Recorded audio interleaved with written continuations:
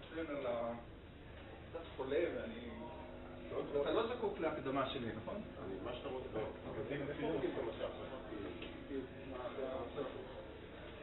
זה מוריד את המסך? להוריד את המסך. כן, כן, לא, אני אוריד לך את המסך. זה כבר עשיתי. זה סדר לך את התמונה שלך.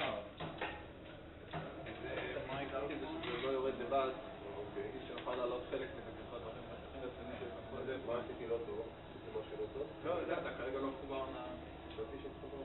אז תתן לזה שנייה. זה פתוח המחשב שלך? כן. זה הגיע. אולי נעשה.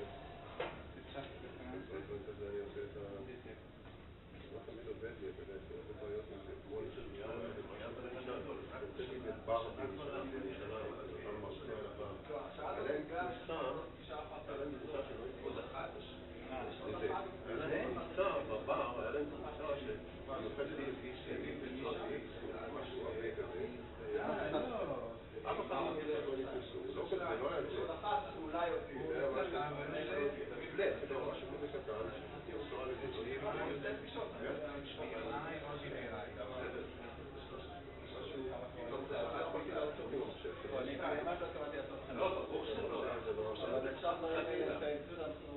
זה היה סוד שבדיוק בסיבה הזאת שחשבתי שיהיה נוח לכולם. ממש בתחילת השנה. ויש שאתה לא דורך עלינו בכוונה, זה ברור. לא, זה לא בכוונה, אני גם יכול לעשות כל מאמץ להקל לכם. בוודאי, אבל השאלה זה לפתור את זה. אנחנו כנראה נעשה את הקורס שלנו. זה פה אינטרסנט. ואין לנו ברירה, אני לא יודע אם נתחיל.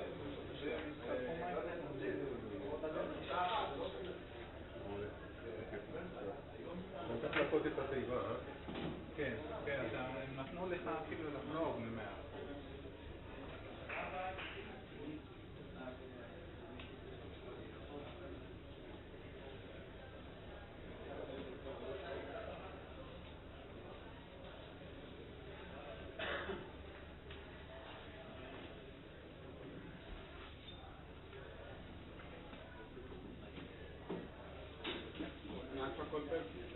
לא, שאני אזכור מה אני רוצה להגיד בהקדמה. צריכים לדבר באנגלית, זה הרבה.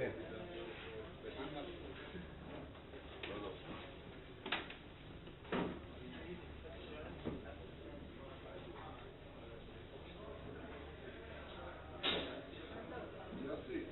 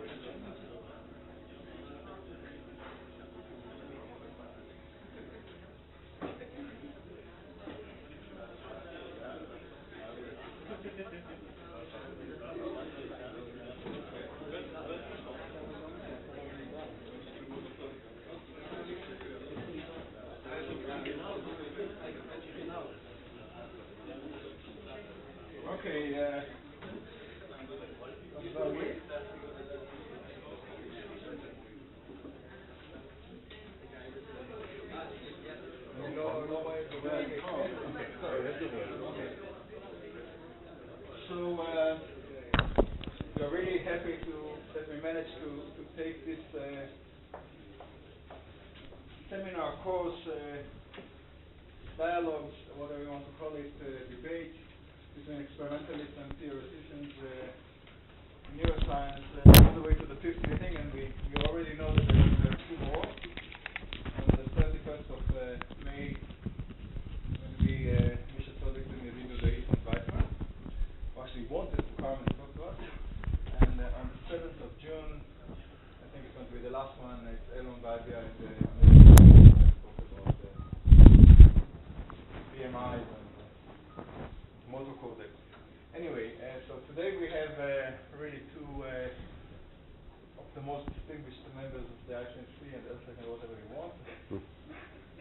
Idan and Yosi, who work for how long? 20. Together. And I believe argue all the time, so they'll show us some of it and how theoreticians and experimentalists neuroscience usually work. Thank you, Idan. Thank you, Tali. Can you hear me in the back?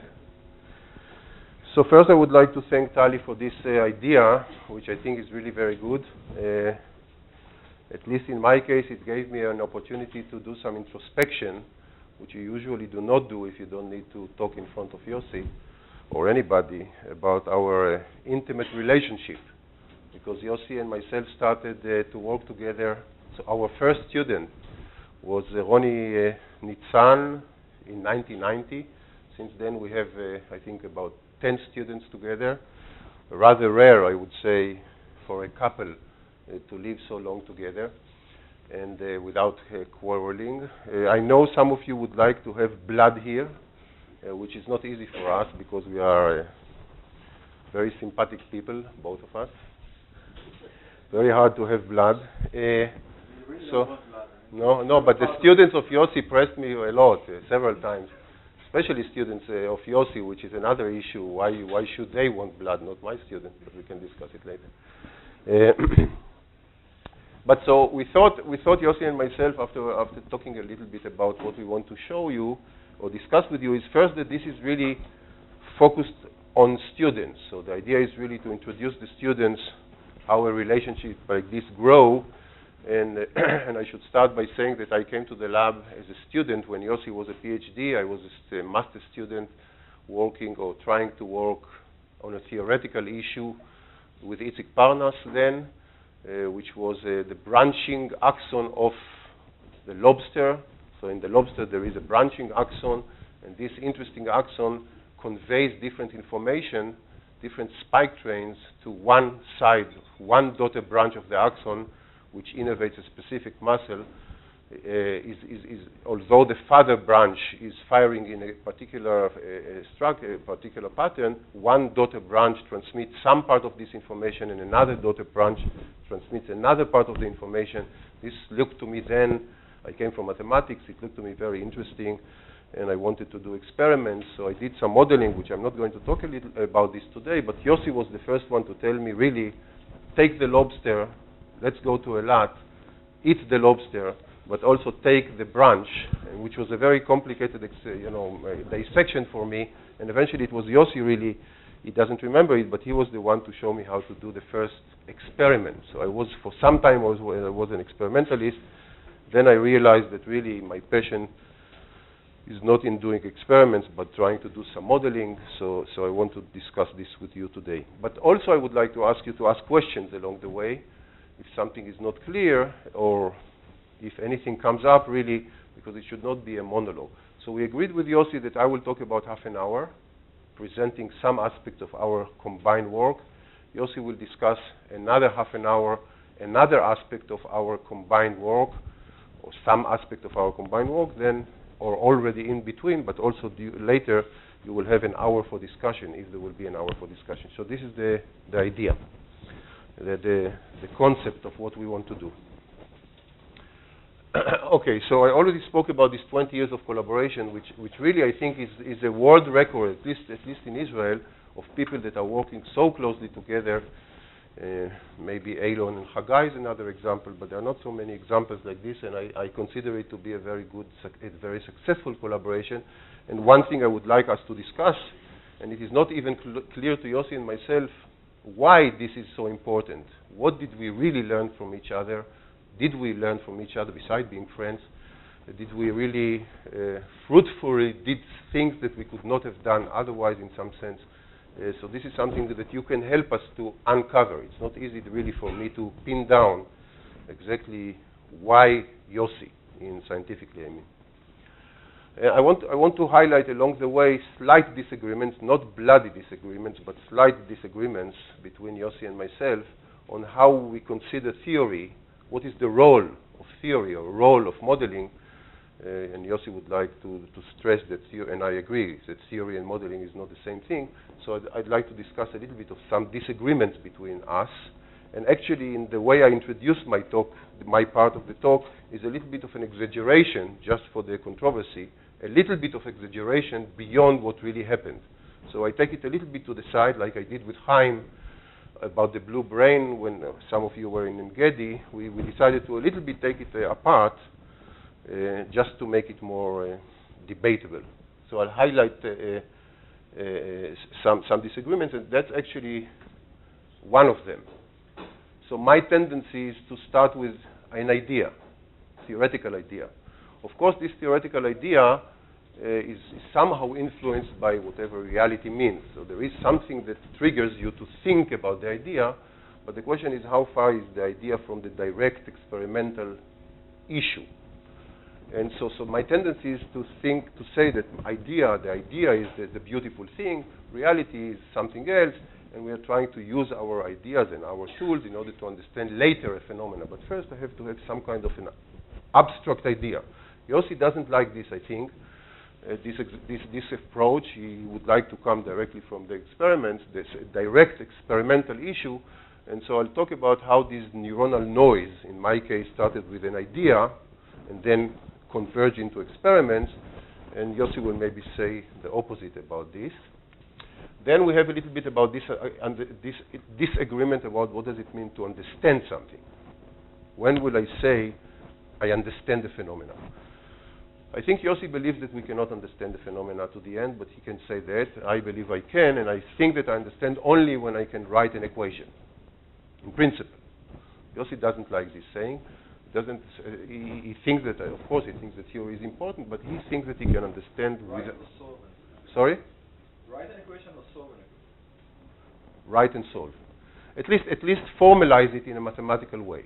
Formalize the problem mathematically. Maybe you cannot solve it or solve it, but at least it should be, in my mind, something mathematical. Then I can say that I understand. Before that, not. Yosi disagree. We can discuss it later. I'm not sure that I'm right in any way. I don't know what does it mean to be right, but that's my feeling. So that's what I mean to understand. And then I want to discuss with you a particular collaboration that was fruitful, I believe, very fruitful between me and Yosi, and even for the fact that we got many grants from this mutual work. So many students could get salaries. And then Yosi will speak about other aspects, as I said, that he wants to discuss, which is the membrane oscillation. So I will discuss noise, membrane noise, and Yosi will discuss membrane oscillations.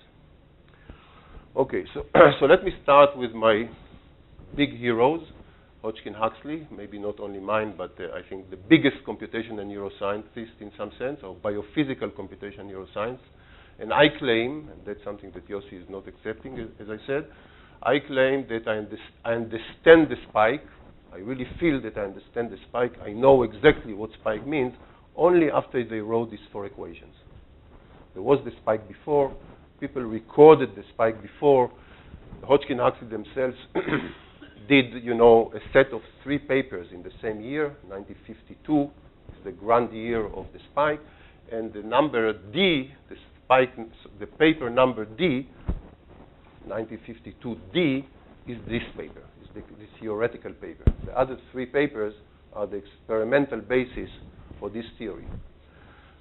So I thought, when I read as a student these 3 beautiful 4 papers, really beautiful 4 papers, and actually I highly recommend this book by Hodgkin. It describes how by chance, so to speak, what is the chance part of his science, and what is the design part, when things came by chance and when things came by design. And of course he knows to write, as all British, most British know to write. It's a very beautiful book.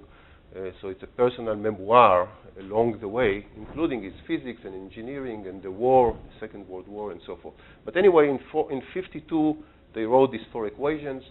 And I'm not going to show you what came out of these equations, but at least I can say that I understand the spike only when I see this equation, not before.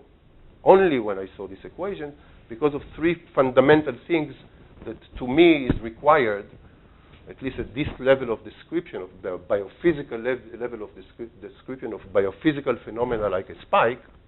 So I just want to understand the underlying mechanism of the spike in a compact, descriptive way, mathematical way, because of these 3 things which you cannot read from there, yes? So my demands for understanding, my requirement for understanding, when I say this is a good model of the spike, because, you know, there were other models of the spike. There was the Lapik model of the spike, the integrate and fire model for the spike, and there were other polynomial models of the spike. There were many, and still consist today, many types of model of the spikes.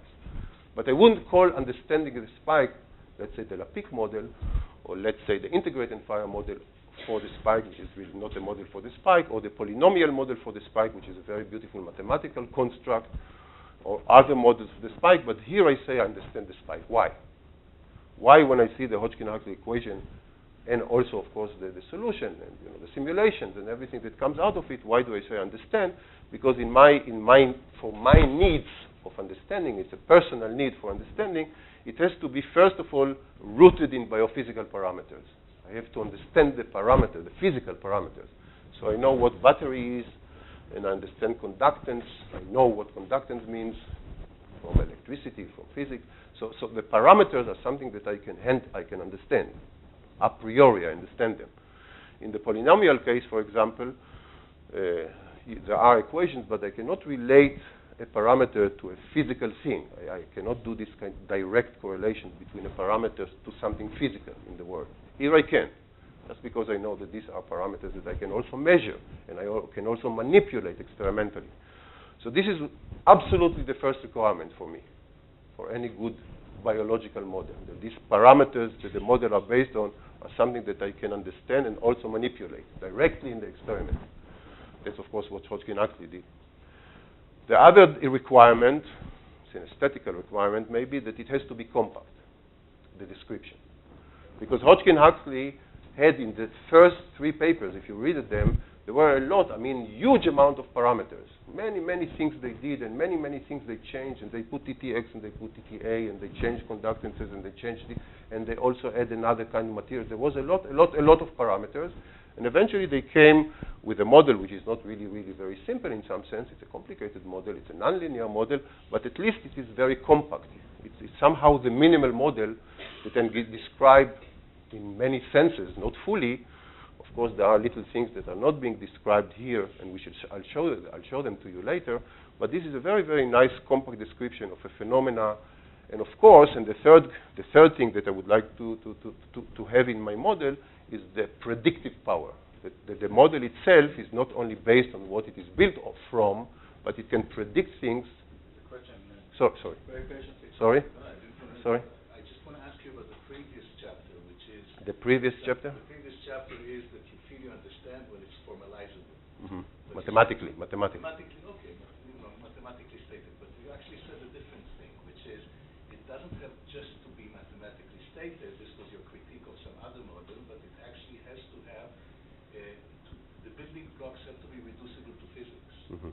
That's the way I interpreted it. Mm-hmm. Because this was your critique of the other model. You're right. So you're committing yourself to more than mathematics. It has to be a mathematical model rooted in biophysical or physical parameters. You're right. The physical parameters, it has to be reducible to physical parameters. Yes. Mm-hmm. I need to make sure that you all understand this distinction. When you're talking, let's say, about language, and I cannot, in most cases, reduce it to physical parameters, but I can still have a mathematical model. This is exactly why. No, but so he wants to make a distinction. But here it's a physical phenomenon. We're talking about an electric spike. But the language is also a physical phenomenon. But linguistic phenomena are also physical. So, the thing is, the question is what exactly he has in mind. Okay, so it's a good point. We should discuss it. But what I said before, it has to There is one thing that in parentheses, I should say, because many people, it's hard to explain to the public why do you do mathematics, because I see a phenomena, I record a spike, so what is the problem? What do I need more? I have everything, you know. Yosi will tell me, but Hodgkin actually, you know, put some TTX and they blocked this and the spike disappeared, so they understood everything. They could manipulate the phenomena. Why do I need to formalize it mathematically? What is the added value after loop? Sorry? Sorry? You don't understand? They did not. Hodgkin-Huxley did not understand. What? I don't know that they had Oh, in that understanding. I should tell you one thing. Yeah, it's a good point. 1 second. Let me continue this, and then I'll respond to that. I'm saying I have a phenomena, and I can manipulate. Let's say I can do everything I want, and I can block it, and I can increase the size, I can make it broader. I can do everything biologically. So why do I need to formalize it? Many people ask me in the general audience. For you, it may be obvious. But for many people, it's not obvious. Why do I need to formalize if I can do everything and it exists there? It exists there and I can manipulate everything, or why should I need to write it? It's not clear. It's not obvious. So my answer to this, and I'll respond to you in a second, my answer to this is that when I transform language-wise from a biological description, so I say this is 100 millivolts and this is broad, and this is a spike, and there is potassium and there is sodium, all this biological or wording, into something that I can write, the transfer in my mind from this one way of describing things biologically, by language, by things that raise your intuition, something that is absolutely solid. And we agree, we have to agree, of course, what does this stand for, and what does this stand for, we have to agree. But after we all agree, there is no debate anymore. After we agree.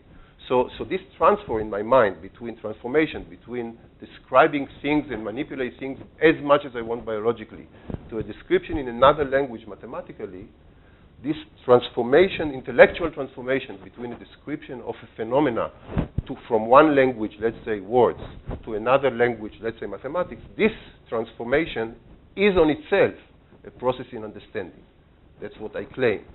And I have to prove this, of course, to the audience.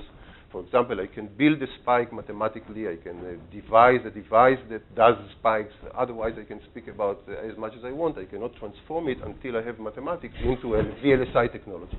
So this is a very important tool that we all use.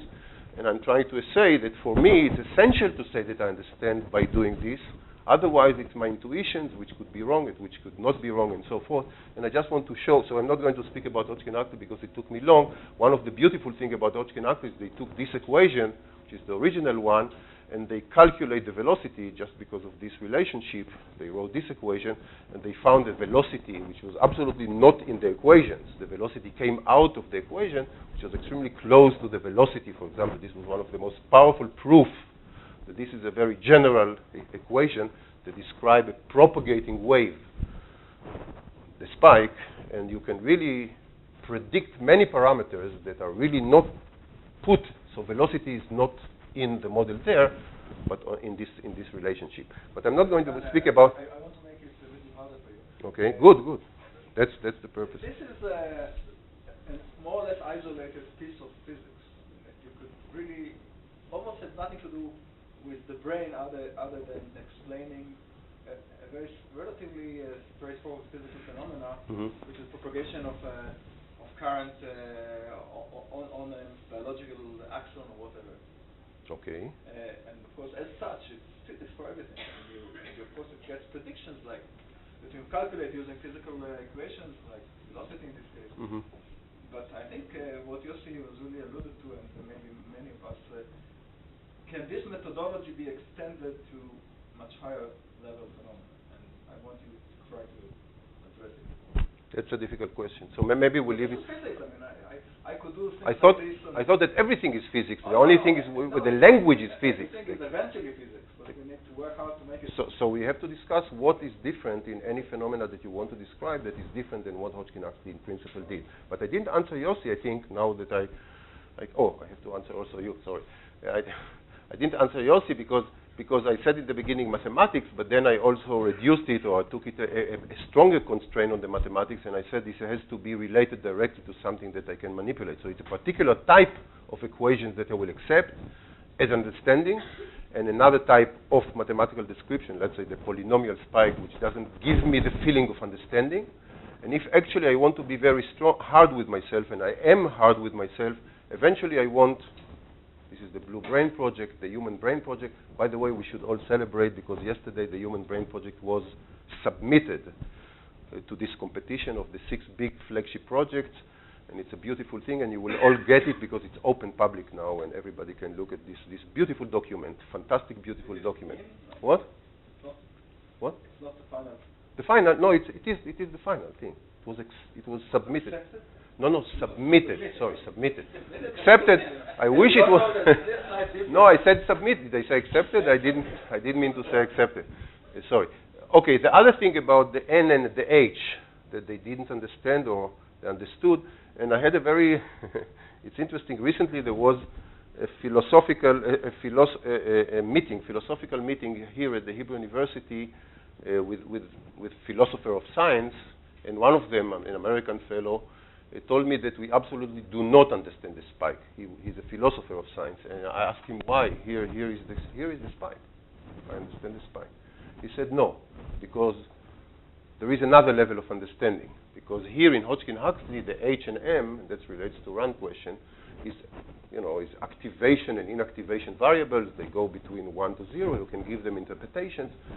But it's not clear physically what H and M mean directly. So I cannot say that H is this. I can say that this is the inactivation of the Hodgkin, of the sodium channels. But this philosopher said H and M have a physical foundation. There is a channel, and there are 4 units, and they open like this, and so you have to go to the description of particular channels. And only then I can say, so this is the level of physics I want to put into the model when I say I understand. So he said, you don't understand the spike. I said, I do understand the spike.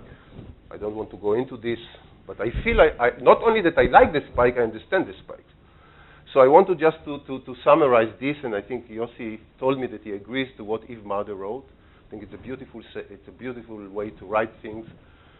And this is the follow. Why model, she said. She says that it's innate in neuroscience. There was a meeting about computation neuroscience in 2000, and she wrote this as an introduction to her paper. And she said, models identify hidden assumptions.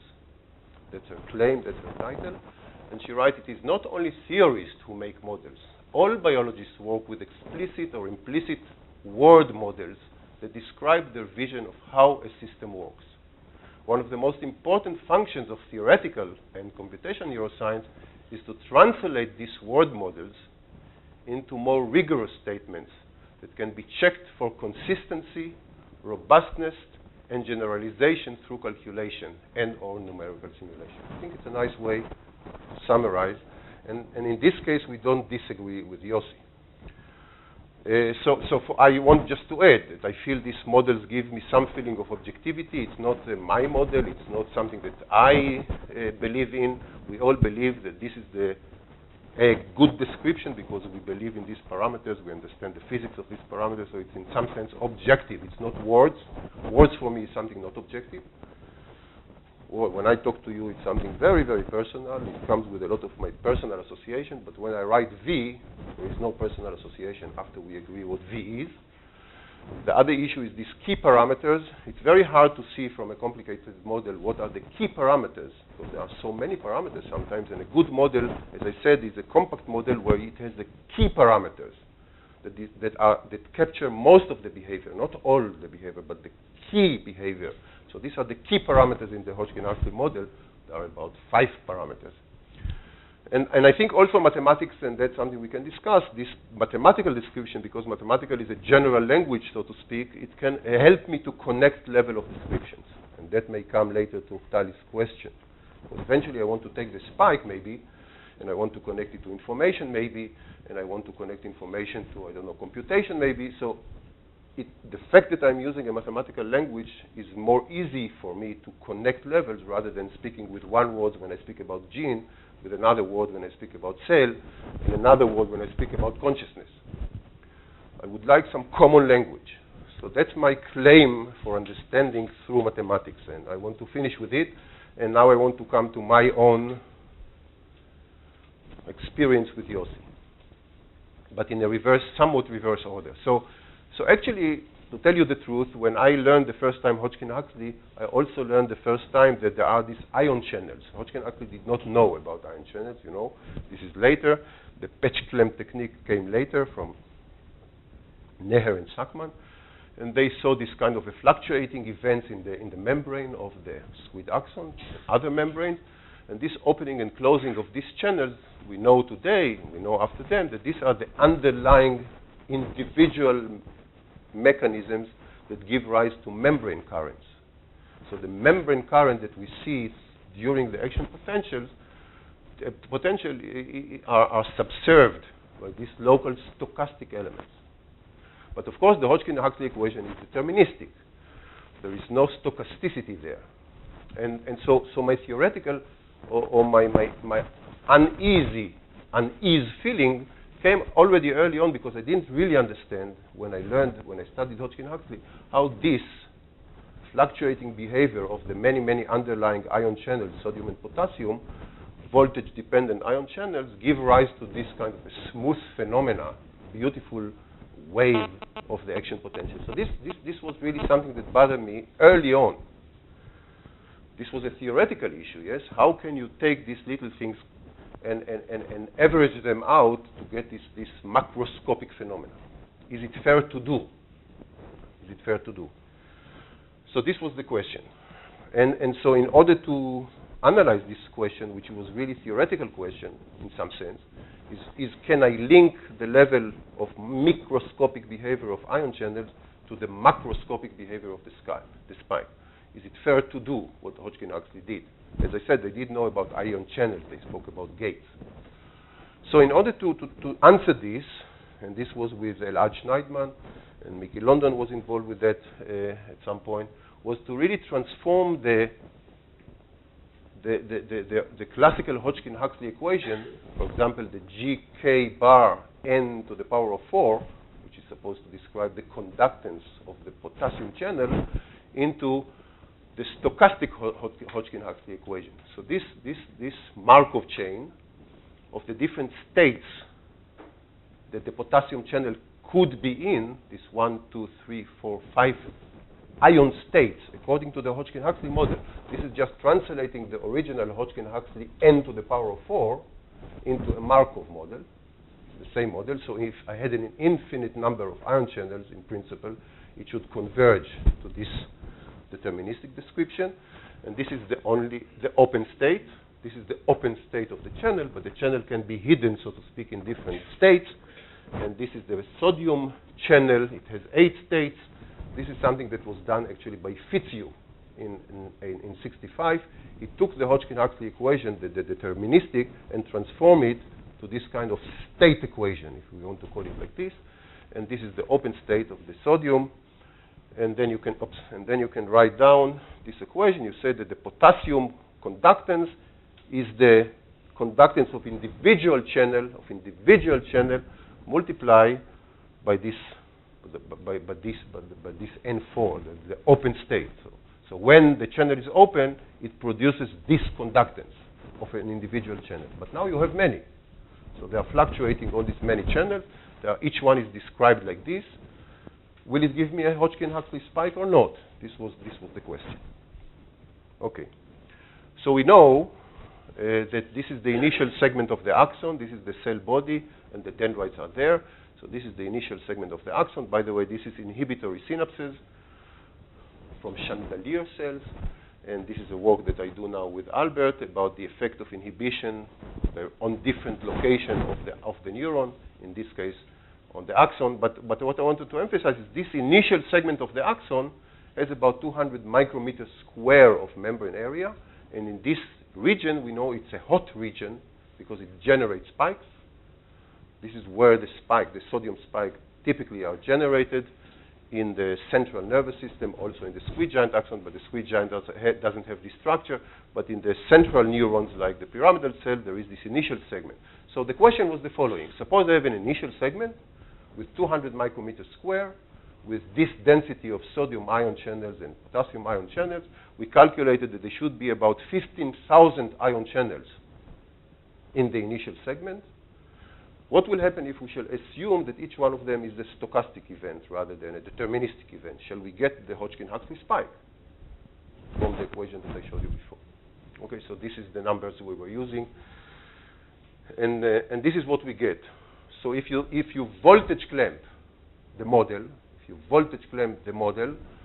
with these numbers of ion channels that I just mentioned before to different voltages, you start to get this noisiness due to this stochastic opening of the channels.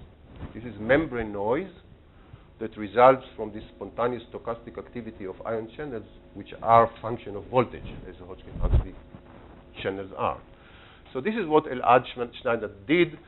Soon we shall go to Tali, because Tali was also the supervisor of Elad, but he took it with Elad to another level, and I'm not going to talk about the information level. I'm just talking now about the biophysical level of the description. So I was trying to understand how this kind of description goes well with the description of the Hodgkin-Huxley model, as I said. And so the first thing we did, this is from a paper in Teens. This is a graph that Mickey London did for us then at that point, is the following. So you give a steady current again and again. So this is a frozen input to your model. You repeatedly give this current clamp, this current. If it was a deterministic Hodgkin-Huxley, this is the spike that you would expect from your model. Because it is deterministic, of course, each time you repeat the same input, you get absolutely the same output, deterministic model. But when you take the same input into the stochastic Hodgkin-Huxley model with the numbers that I mentioned before, you start to see the following. You start to see that the first spike, again and again, so when you repeat this input again and again, the first time is time-locked to the input. It always appears superimposed on top of one another. But the second spike and the third spike start to jitter. Okay? Although the input is exactly the same. So it jitters because of the noise. Somehow in the beginning, the noise is overruled by the input, so to speak, yes? The input itself synchronizes all the spikes. But later on, here and here and here and here, as you could see, there is this jitterness of the spike.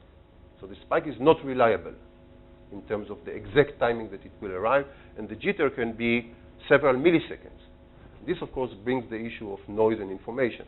But I'm not going to talk about this, but it raises the issue about how reliable are neurons while you have this intrinsic unreliability due to these stochastic ion channels.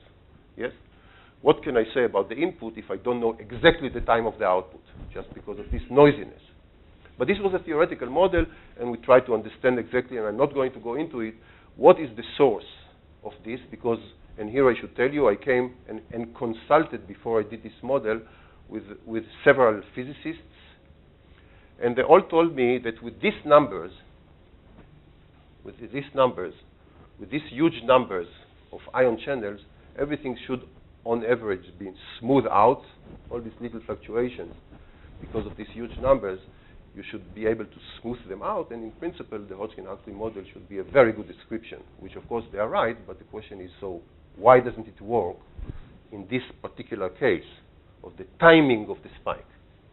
So at least I know that the shape of the spike looks very nice, the whole shape of the spike is smooth, but the timing of the spike, when does the spike burst out and starts to fire, the timing jitter. So why does these ion channels, which are such in a big number, make this jitterness? And of course, if I was clever then, not sure that I'm clever now, but if I was clever then, I would go back to Hodgkin-Huxley and think a little bit, which I apparently didn't do, but only a posteriori, but not a priori. And I should have realized one very simple, idiotic thing, that although you have 10,000 ion channels, let's say, but near threshold, the probability of opening a channel is extremely low. So let's say the threshold is 10 millivolts above resting potential, and you look at the Hodgkin-Huxley M infinity curve, you see that there is a probability of about 0.05 for a channel to open near threshold. That means that the number of available channels near threshold is extremely low, although you have big number, but the number of channels near the threshold are low. And that's why the stochasticity there, near the threshold, is significant. At the peak of the spike, many of the channels, about half of the channels, are being open, and then you can average out everything. So this was a stupid thing, but only in reverse, not a priori. Okay, so we understand it now, and we are happy now, and everything is good, and we also can repeat some other things. For example, you can now, instead of giving a step current repeatedly, where you get all this jitterness, you now can give a fluctuating current, because neurons never see a step current unless you're an experimentalist and give them step current, but usually they see all these fluctuating synapses, so you get this kind of input current. What happens if you repeatedly give this input current again and again? How then time-locked is the input to the output? So this is another question, I'm not going to go into it, but eventually we came into this experiment. So this experiment, now it's an experiment, yes? And this is by Meinen and Shiznovsky. It's a very, very, very highly cited paper, which actually shows the same phenomena. So they took a pyramidal cell in slice. They isolated this pyramidal cell from other cells pharmacologically, so there are no synaptic inputs. So this is an isolated cell, lonely cell, a very lonely cell, with an electrode at the cell body, and so they repeat the same input again and again to this lonely cell, and you can see the jitterness. You can see that the first spike is well locked into the input. You can see that the other spike are not well locked into the input, and you can see this jitterness. And when you take this fluctuating current, you can see now that the output is more time locked to this fluctuating output. They did not understand the result at all. They don't understand where it came from. It's a descriptive thing, but it's interesting. It says something about reliability, as I said before, and so forth, that you can retrieve reliability due to this fluctuating input, which, for example, when Yosi saw this paper the first time, he said this is trivial. Trivial. I would know it in advance, because if you give a step like this and it's locked it, each one of them is a step like this, and each one of them lock the next spike to you, because you really change the input very steeply, as if you start a step current, which is, of course, right. But what is the source of this noise? It was not clear until we did this theoretical work with Elad and with Mickey, and I think now that at least to a certain extent I understand the limitation, so to speak, or the intrinsic limitation due to intrinsic membrane noise on the accuracy of spike given a particular input. And then we said with Yosi, okay, we became interested in noise. So the whole route is to become interested in noise. Usually I'm not interested in noise. I was not interested in noise before that. Suddenly noise became something important to me. I'm thinking in terms of noise. We are coming to Yosi. We are saying, okay, Yosi, all this was Hodgkin-Huxley model. Let's now characterize the noise experimentally. What is the really membrane noise that is being generated by pyramidal cell in real life? Because as I said before, Meinen and Shiznovsky did not characterize the noise. They characterized the output spikes. But I want to understand what are the underlying properties of membrane noise in pyramidal cells or other cells. And later maybe connect it. Yosi feels that without noise we are not going to be creative. Without noise we cannot live, because we shall be a deterministic machine, and noise is very helpful. So we jump now into some fantasies between us about the importance of noise. I'll come to this later, but we started the whole project with an NIH grant, which was a fantastic grant to really characterize the noise in membranes of neurons. So I'm not going to go into it, but you can see that this noise is a voltage dependence. It has this voltage dependence with when you depolarize, you get this more noise. You can characterize it analytically, mathematically. You can do certain things with this, the power spectrum of the noise, the dependence on the voltage. So we started the whole project about noise, and we became, Yosi and myself, really noisy, because we had about 4 or 5 students dealing with noise, suddenly with noise. It all came from a theoretical issue about why these single ion channels are not expressed in Hodgkin-Huxley model, and suddenly we became very noisy between us in a good sense, yes? We don't like the word noise because we feel it's a good thing, noise, rather than bad. And then Anat came, Anat Yarom, and Gilad Jacobson, and we discussed another issue, because all the recordings up until this point were made from the cell body. So all the patch clamp, the voltage clamp, were always made in the cell body, so we characterized the local noise. But because we know there are dendrites, here is a dendrite of a pyramidal cell, Anat was able to patch distally in the same neuron, also here, and ask, is there a difference in the type of noise that the membrane here and the membrane here generate. Is it different channel types or different properties of the noise? So we now moved from somatic noise to dendritic noise, and this of course relates to my liking of dendrites. And so we try to understand the noise in dendrites versus the noise in soma, and to our surprise, which was not expected, I must admit, we found that no matter where we record, here, here, here, here, or here, at the same time, in the same cell, the noise property look very, very much the same. Yes, you can see this. So the blue one is the membrane noise in this location. The red one is the membrane noise in this location. Recorded simultaneously, we could not really detect differences in the noise generated by the local membrane here and there, or not by the local membrane, but the membrane noise here and there. And eventually we did a model. Here is a model to try to understand that. And eventually, and that I'm going to end with that in a second, just showing that when you have a distributed sources of noise, so all the membrane of all the dendrites have distributed sources of noise, it looks as if everything is uniform. This is what we show here. So if you have enough sources of noise, even if they are not exactly identical, if you have enough sources of noise, then everything in some sense averaged out, and you won't be able anymore to see differences in dendrites. In terms of noise, the dendrites becomes isopotential. It's an isopotential noisy element due to this distribution of noise, although locally, of course, the input resistance here is very different than the input resistance here, and some channels here may be different than some channels there, but it is with enough noise sources, and this is the paper we published with Anna. I just wanted to tell you that I'm not giving up with noise, because we feel that noise is so important. I have a new project about noise, and Guy here is part of it, is now we are recording noise in human cells. So there is a group in Amsterdam who gets from a human operation cells, cortical pyramidal cells. They run immediately to the lab with a piece of human brain.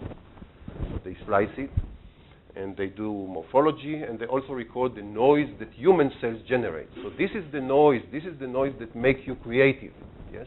And we are now trying systematically to repeat some of the experiments that were done on mouse. I should have mentioned that all the other, Terry, Shesnovsky, and Mainen, and others, is mouse recording. This is human recordings. So now you see noise in human cells. And so we repeat step current, and you can see that the behavior is rather different than the mouse. There is a different sources of noise in the human cells. It looks somewhat different. For example, there are these triplets, and if you inject this noise, it's more synchronized. Anyway, we just started now, because we have these human cells, to characterize the source of noise in your brain, at least in the brain of those that the cells are being taken from in Amsterdam, compared to the mouse, in terms of trying to understand whether there are these differences in sources of noise between different type of animals. So, but that's where we are. So I just want to complete by saying that it started with theoretical question, whether ion channels that are stochastic have an effect on some macroscopic properties of spikes. The first intuition was no, because there are so many of them and they will average out. But there are these experiments and there are these theoretical results, and we see that in terms of when the spike will fire, at least for smooth input, these stochastic ion channels, they do not affect the shape of the spike, but they do affect the timing of the spike. So I start to understand better the impact of noise on the accuracy of neurons. So this is Yosi now. Thank you very much.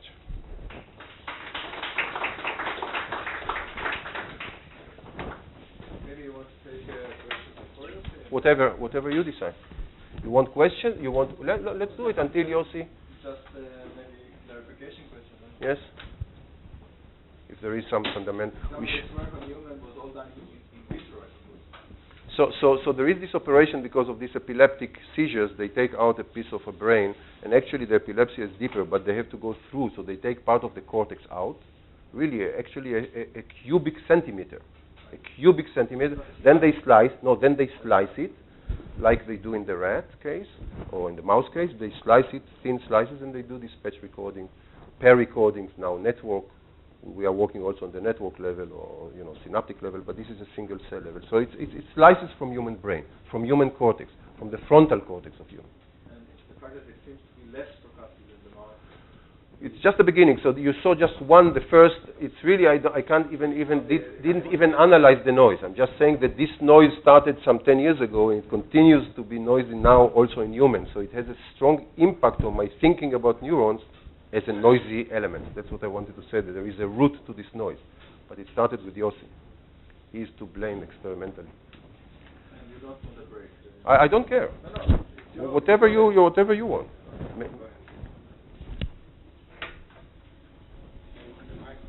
Oh, sorry.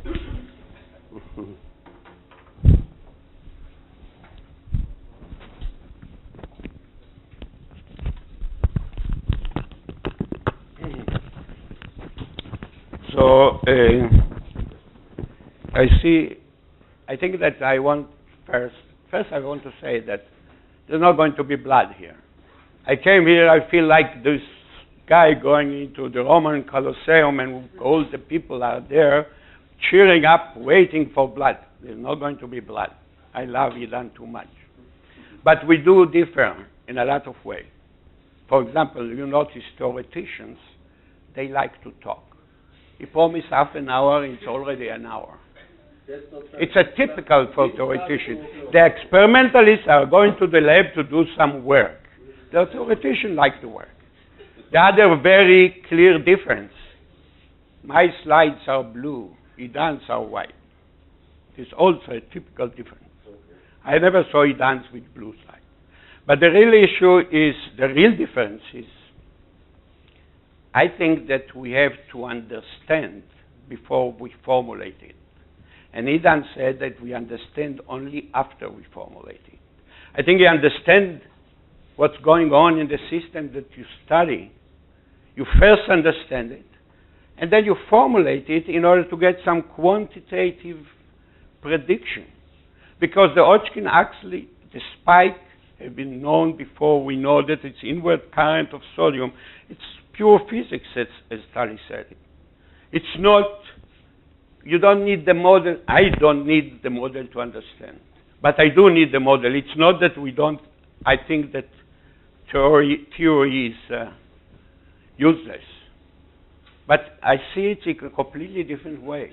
I think we have an experimental observation. That's the way I like to do science. You have an experimental observation, and we reach a point where it's very difficult to figure out how exactly it's working.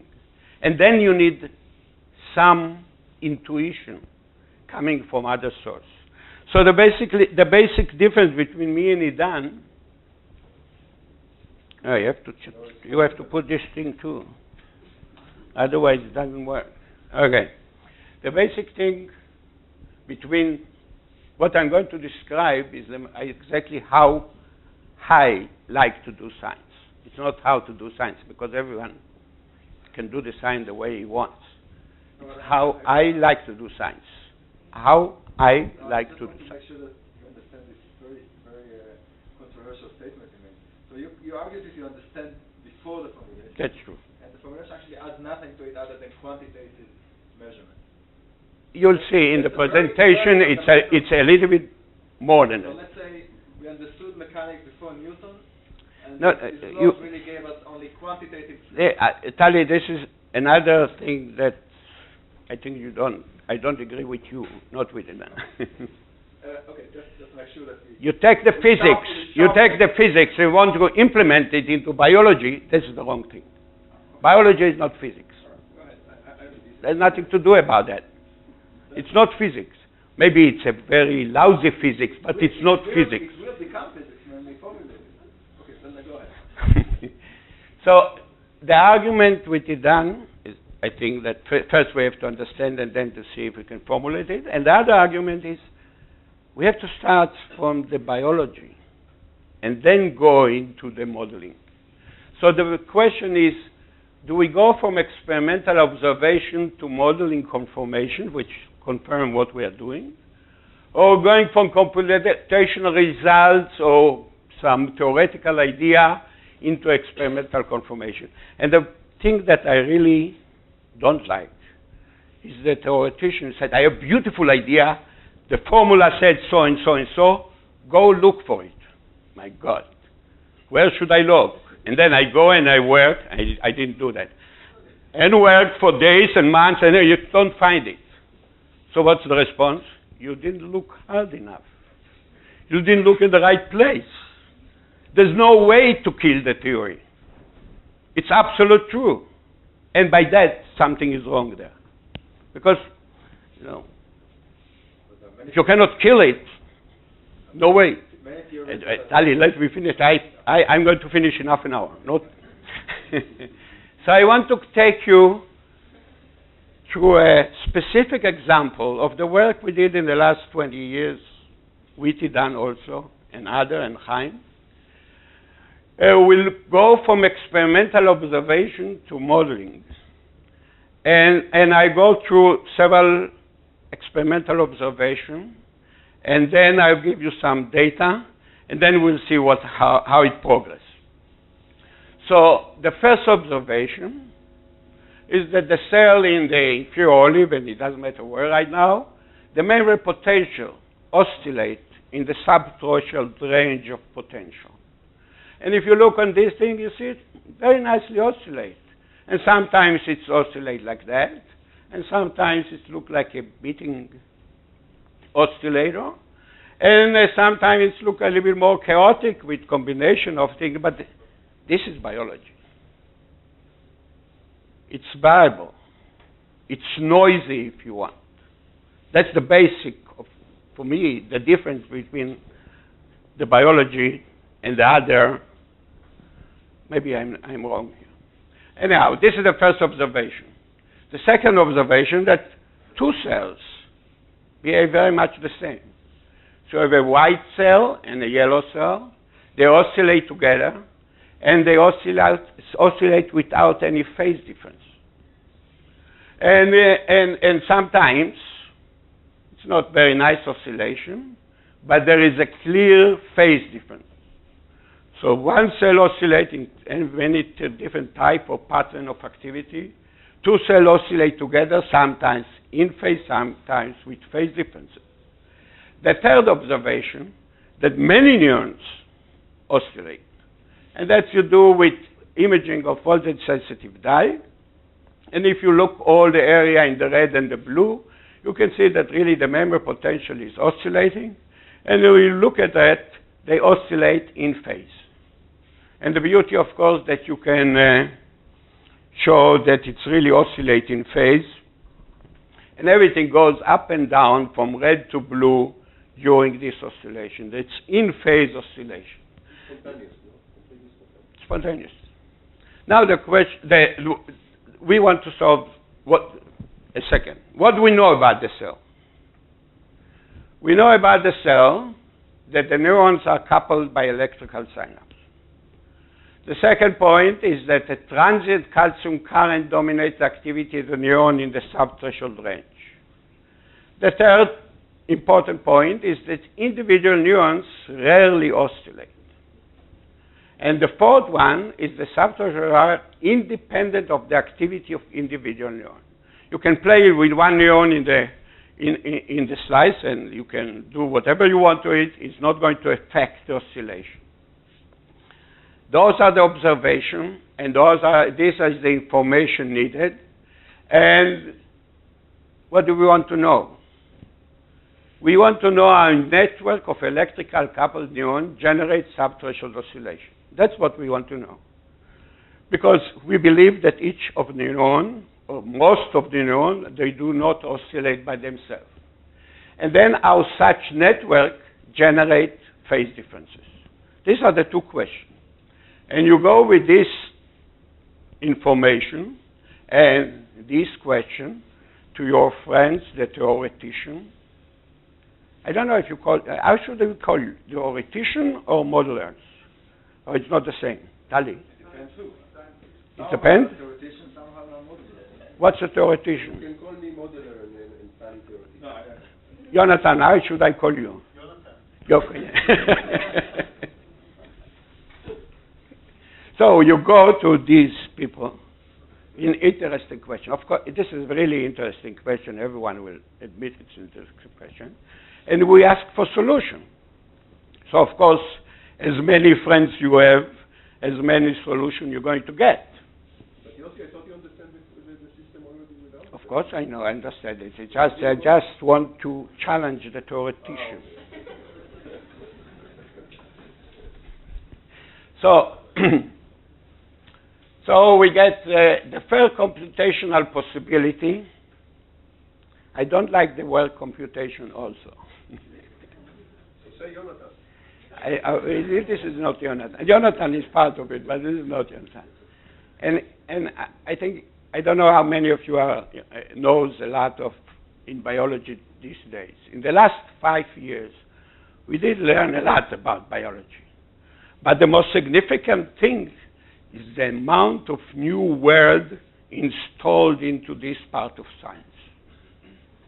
So we have computation, and you have connectomics, and you have channelopathy, and you have proteomics, and you have informatics, and you have whatever you want.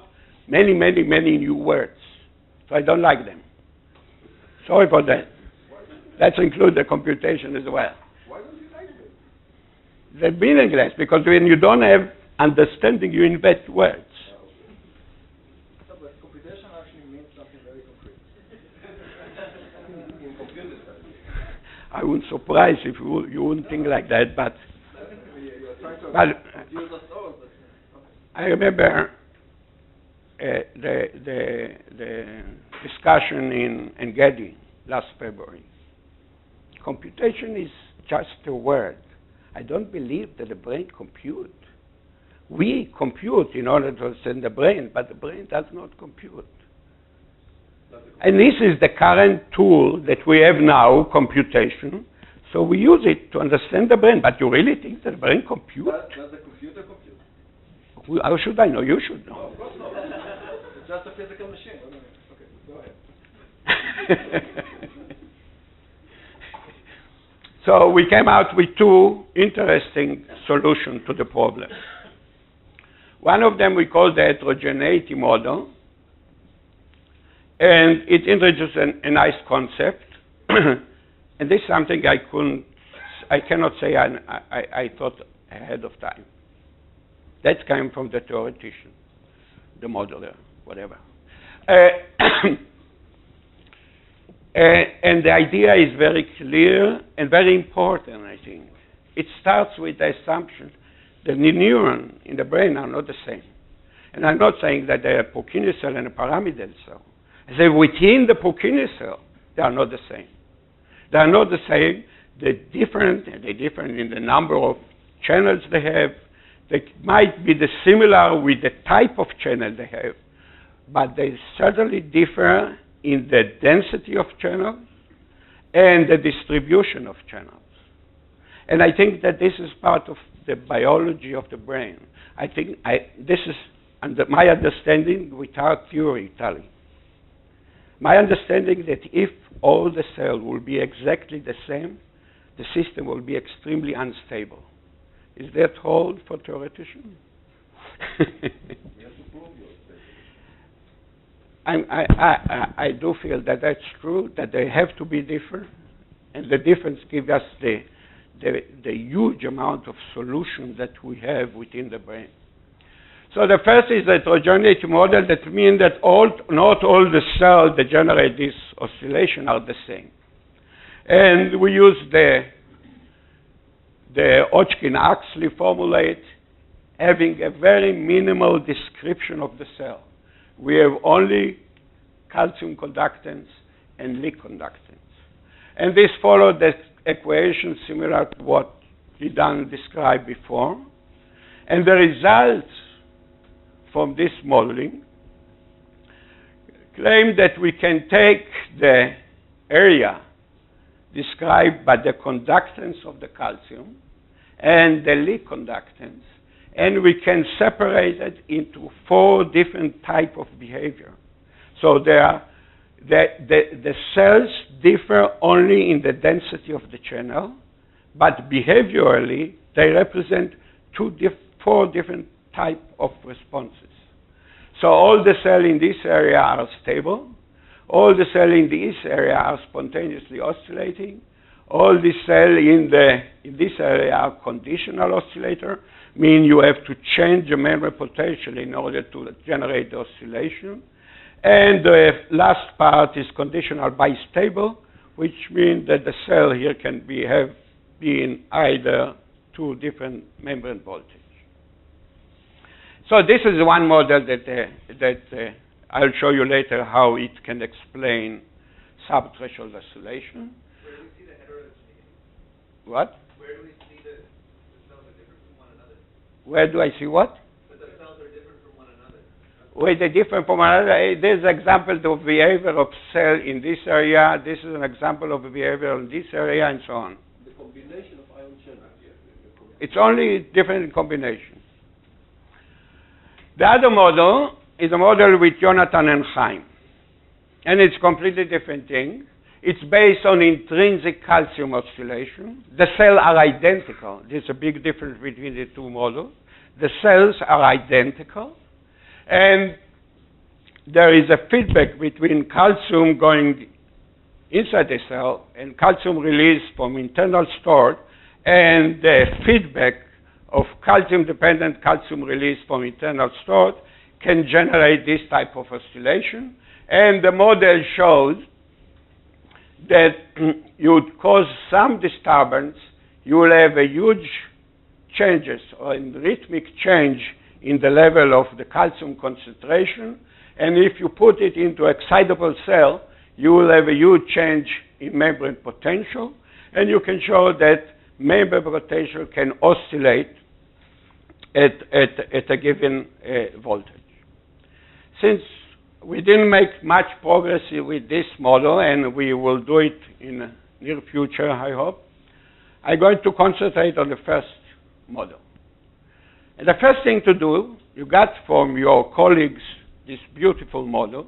This is a prediction of theoretical consideration.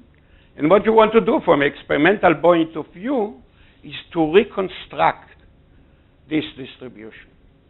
And how you reconstruct this distribution?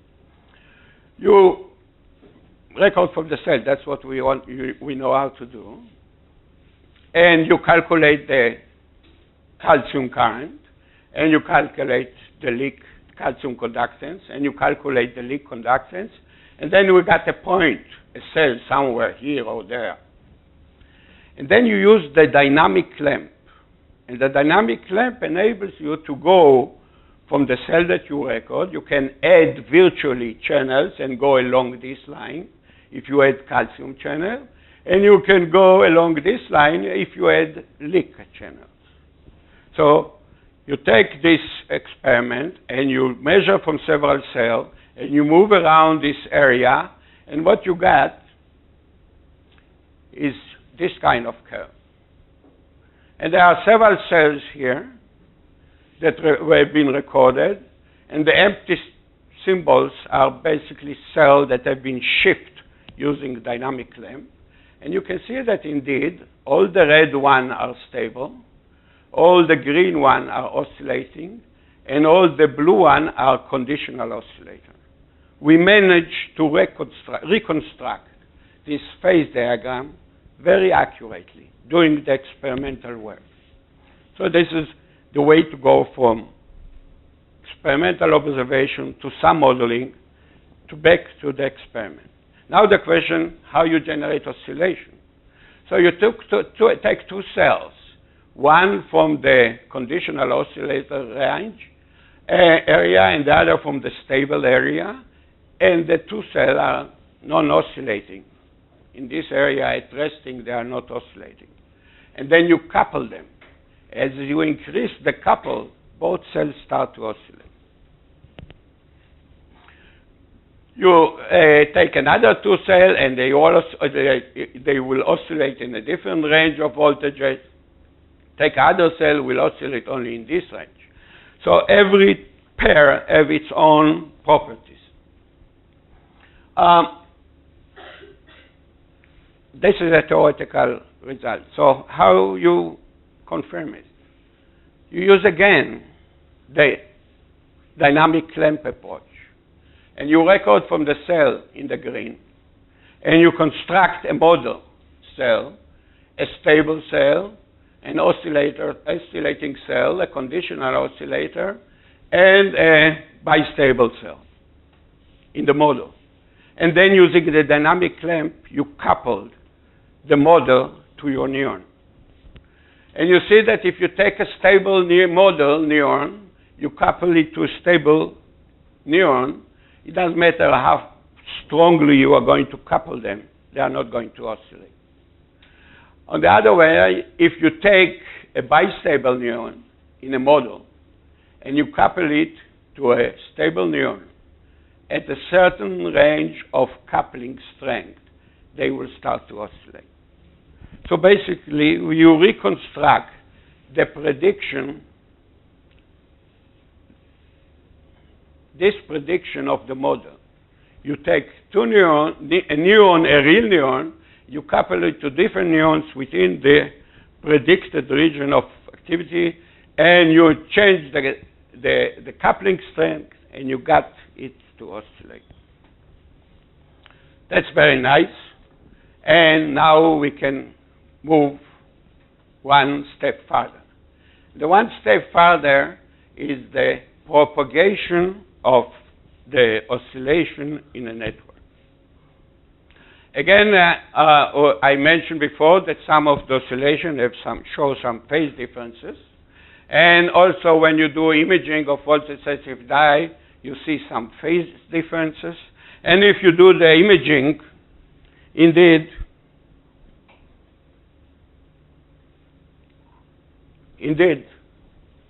you get something that looks like propagating waves. Now, what do we need from the model to generate these propagating waves? I'm not sure that after the model I understand, but I'm sure that before the model I did not. So we found out with the help of Ben, I think I forgot to mention. The first part is Yarom, they work together with Idan. The second part of reconstruction the system is Idit, Chorev. And the third part that I'll show now is Ben, which is still with us. We found out that in order to generate this kind of thing, you have to introduce a topology to the system. And you by introducing topology to the system, you take again this range of leak and calcium, and you may generate cluster of neurons. Now, this is not a fantasy of the theoretician. This has been demonstrated many years ago that the cells within the olive are organized in clusters. And if you generate this kind of network, cluster of neurons, all of them are coupled to all of them within the cluster and a little bit coupling in between clusters, then you can see that you can generate phase differences between neuron in cluster 1 and a neuron in cluster 3. And when you put it into a look at the dynamic of that, you can demonstrate that you can generate the same type of wave that you have in the biology. So really the modeling here, which starts from experimental observation, going into modeling, specifically designed to answer questions posed by the experimentalists, really been of great help for us to understand or to what's going on there. And then the final question, does that mean that we now understand?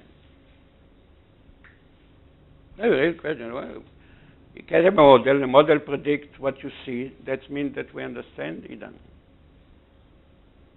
Without this, you cannot say that. I'm not saying that that's the only model, but it's You have the formula. Can you explain me why we have phase differences? In words. As long as you cannot explain it words, I think we don't understand. That's my feeling. You said it came out from the model. That's okay. But explain me how it has been generated. You want intuition through words. No intuition. We want understanding. The fact that it follows some formula, for me, it doesn't mean understanding. And this is where we don't agree. So the question, do we understand? The answer, probably not. But we are getting closer. Thank you.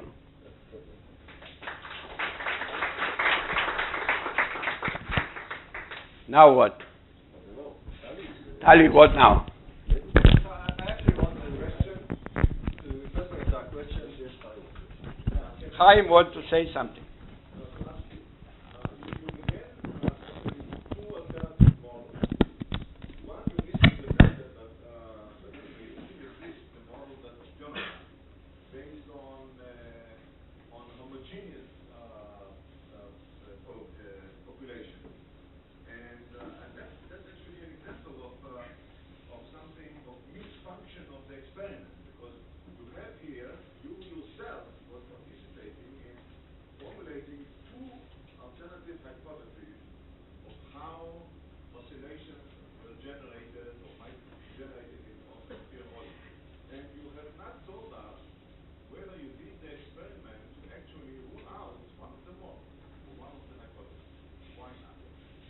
Okay, I have, as for the other model, Jonathan and Chaim's model, we have a very clear experiment to do.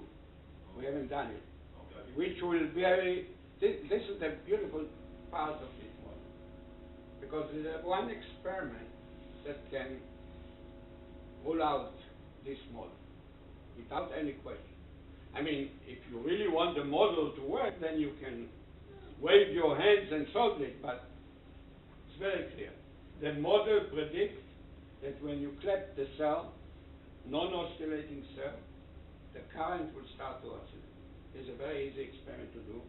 I don't know why we didn't so far, but by next week we will have it. Thank you. Jonathan. So you wanted to see blood.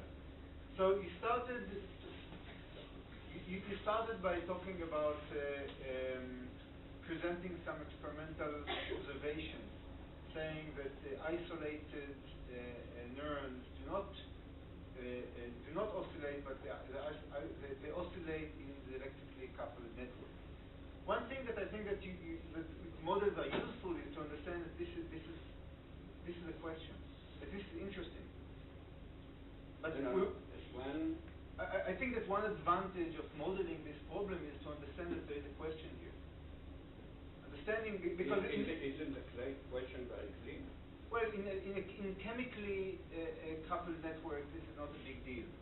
Individual neurons don't oscillate, but they will oscillate in a network in which neurons are coupled by chemical synapses. Purely excitatory or inhibitory. Let's say both. We want the model to have something to do with the real biology. No, I'm saying that one thing that you gain from the model is the understanding that this is an interesting question, unlike other questions. Because this is not trivial to generate oscillations in an electrically coupled network as opposed to other networks. This is one point that I wanted to make. But the second point is more problematic, because if you go back to your, can you go back to your experimental? Go back to your experimental slide showing all the observations in this phase diagram.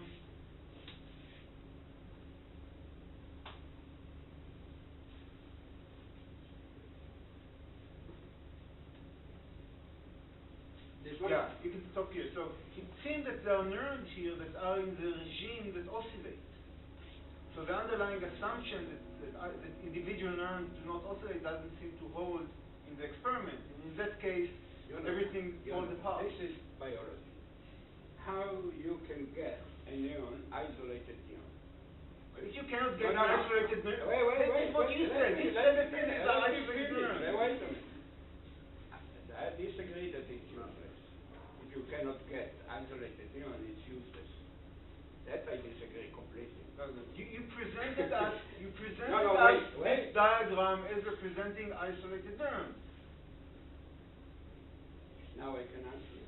Okay, thank you. When you do the experiment, the cells are coupled. Now, in different preparation, the amount of coupled cell will differ and so on. To do this experiment, we went to a very young animal. A young animal, the electrical coupling between the neuron developed later by day 10, 8 or 10. But there's no way to say that all coupling starts at day 8. So we take day 8 as a time to make the measurement, assuming that the minimal coupling. Now, is that oscillate because there are other neuron connection to it or not? I cannot tell you. But all the other cells are not oscillating. The field symbol. So you have 4 neurons that oscillate, and you have about 10 altogether, if I remember correctly, that they do not oscillate. So 4 out of 14 oscillate. 1/3.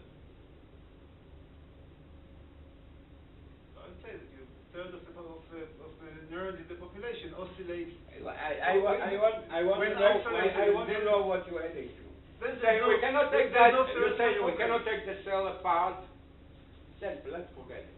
Is that what you're saying? No, I'm saying that the theory, the 2 theories, were based on some assumptions. That these assumptions don't seem to hold in your experiment.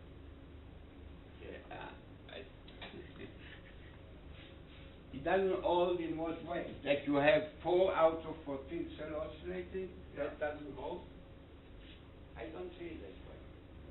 But I don't think that because you cannot get the perfect condition to do the theoretically inspired experiment, it's a reason to drop it off. Maybe we have to draw the theory, but not the experiment. No, I'm saying that you presented 2 theories that were supposed to explain a phenomenon that was difficult to explain otherwise. Yeah. But now it doesn't seem that it's difficult to explain it otherwise. No, I said from the beginning that the chance that isolated neuron will oscillate are very low. You say 4 out of 14 is not very low. Maybe you're right. Yosi, I want to come back to you for a second. In what sense, can you explain me, in what sense you can say before the modeling that you understood the system? You said, Okay. and why do you say that the modeling only refine some of your understanding? Because it looks to me, one second, that you did not understand. You have an observation, which is very interesting, we agree. But you didn't know what to do with this observation. You said, okay, I see them. Wait. So in what sense you understood by looking at it? What did you understand? Can I talk now? I have to tell you the real history. We have that. My understanding was that each neuron can be looked at as a damp oscillator. That's an experimental observation in a way. Then I said that if you take a lot of damp oscillator and you couple them in some way, they will generate stable oscillation. And that's not really that simple. But that, at the time, we went to our electronic engineer, and we told him, make us damp oscillator. And he made a network of 4 or 5 units of damp oscillator. And sure enough, if you ask, and you told him, the engineer, please make sure that when you couple them, they will generate sustained oscillation. And it's working beautifully. It's an analog system that works beautifully. Kind of the first dynamic lamp-like, And then what you do, you take this 4 electronic oscillator, and you couple them to a neuron, a linear, and you see that it behaves exactly the same. They generate sustained oscillation. So this was the intuition. The intuition was that led to construction of the system. My intuition was not about the calcium transient within the cell that Jonathan and Chaim proved, neither the heterogeneity of the cell that Yair and Rizal and Yuri proved. But you use the word intuition, you don't use the word understanding. I'm sure that you have intuitions, because you see a phenomenon and it raises... But do you understand now more than before? But now you know that your intuition was right. What? Now you know that your intuition was right, maybe, or you're more certain that it was right. I mean, there are cases where there were very nice intuitive explanations for biological phenomena, I'm sure not in your lab, that, once people model them and it turns out to be completely wrong. It does not explain the very nice idea of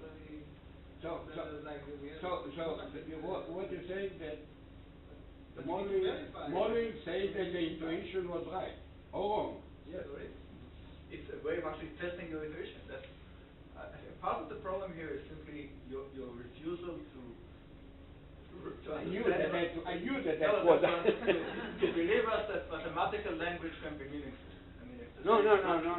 I mean, you when I write equations, I don't understand. Why don't understand? Because somehow you don't want to learn this language. Charlie, I respect the language but not to come with a model and say, that's the prediction of this model that I generate in my wild dream. Go look for it in biology. That's I really resent. Because you cannot kill it. Why? You cannot kill it. There's no way you can No, kill it. If there is a theory that you cannot kill, it doesn't work. Why can you not kill it? Completely Why can't you kill it? I come with a fantastic idea, my dream idea. No, I look and and I don't find it, and you said you didn't look in the right place. Did I say something like this? No, that's what the answer I got. You didn't look in the right place. There's no way to kill it. Yosi, science is full of theories which were disproved by experiments. Full of examples like this. It's simply wrong to say that a theory cannot be killed. Find me an exact prediction that is experimentally testable. A theory can be killed if it specifically came to answer this kind of question. Then you can kill it. Can I just enter an That's for objection? sure. Can I just enter an objection to everyone? Oh, good. It connects to what Chaim said. I don't think you ever kill a theory by a piece of data. The only way for you to kill a theory is if you offer an alternative theory. And in fact, Chaim actually put it in a very clear way. There are two models, and you have to distinguish between them. So it's not as if you kill a theory just by putting in a piece of data. No, it's an important way of talking. It's an important theory, or in that case, the theory that you want to kill by another theory, we probably all for another case. But I think it's just an important way of talking, especially given that, the children are here, namely, the students. It's not as if your goal in life ever is to kill somebody's theory. Your goal is to understand. You cannot And the prove important it. thing to understand is you can distinguish between two theories. You agree that we cannot prove the theory. The only way to do is to kill it. Well, I mean, again, I think Popper had too much influence on the sciences, but that's an independent issue. It's true. You cannot kill the theory. You can kill the theory. Let's put this issue You aside. cannot prove a theory. Sorry. How can you prove a theory? You can disprove theory. Let's say Let's just agree on that, but I have another argument with Popper, but in principle, saying that theories cannot be disproved or cannot be killed is very misleading. What? Yosi, you're... Tali, it's the level of theory that you are talking about. No, it's not up. If you talk about, I don't know if they can be killed by experiments and they can be killed by another theory. I have to make one thing clear. You call this a theory? It's more a model than a theory. Okay. So model you can certainly disprove. Theory? Newton's theory was killed by Einstein. What do you mean? It's not killed. It's not killed. It was killed. Because at a high velocity regime, it's not correct. Both experimentally and a very nice theory replaced it. Okay. And there are many, many other examples. Okay. I think perhaps it's the disagreement is that maybe what us theorists are saying is that in principle it can be killed, but what Yosi is probably saying is that in practice it's hard to kill theories. Is that right? Absolutely. Depends on what is the theory and who formulated it? There are two simple ways of killing a theory. First of all, find a fact, an experimental fact, which is unquestionable and it's against the exact prediction of the theory. No, exactly. And the other one is find a simpler theory that has a larger carbon. Both of them work very nice. It only means that if you didn't manage to support the theory, it only means that in that particular system it doesn't work. Maybe in the other one. No, I don't think. Anyway, I don't know if we want to get into this line of argument, but it's really fundamental and philosophical in some sense. But it's maybe really the divide line between experimental biologists of some of them and theoretical physicists, which I think is representative somehow. And it's really that the debate between some of us who really believe that biology can be turned into physics-like, some aspects of it, not every aspect of it. Some aspects of it can be formulated mathematically, and that this mathematical formulation can yield better understanding and better predictions of biology. And some of us Well, I said at the beginning, and I agree with you, that you can formulate it, and then you will have a better quantitative prediction. I don't understand what is a non-quantitative prediction. Then, of course, everything can be said. Going to fire. 20 spike, 10 spike, who cares? It's going to fire. Maybe even the brain doesn't care if it's 20 spike or 10 spike. If I force you, you'll make it quantitative. When, how much fire, and so on. I mean, you give me some quantity. It's just the window that you look at. But theories can also give qualitative predictions. Quantitative theory. And go back to the model of Hodgkin-Huxley. I don't know of any qualitative prediction from the Hodgkin-Huxley model. All was quantitative. The spike, the threshold, the rebound response, the refractory, everything was there. No, you? the gain variable. The what? The power. The power, the m to the third and m to the...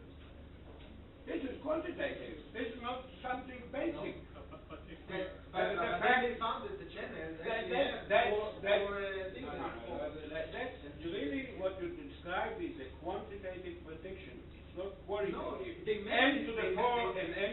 They took 4 because we matched the Because it doesn't mean the numbers, and that was the no, prediction. they took off 4 to match the voltage. Some They qualitative 4 took elements. 4 to match the voltage trajectory.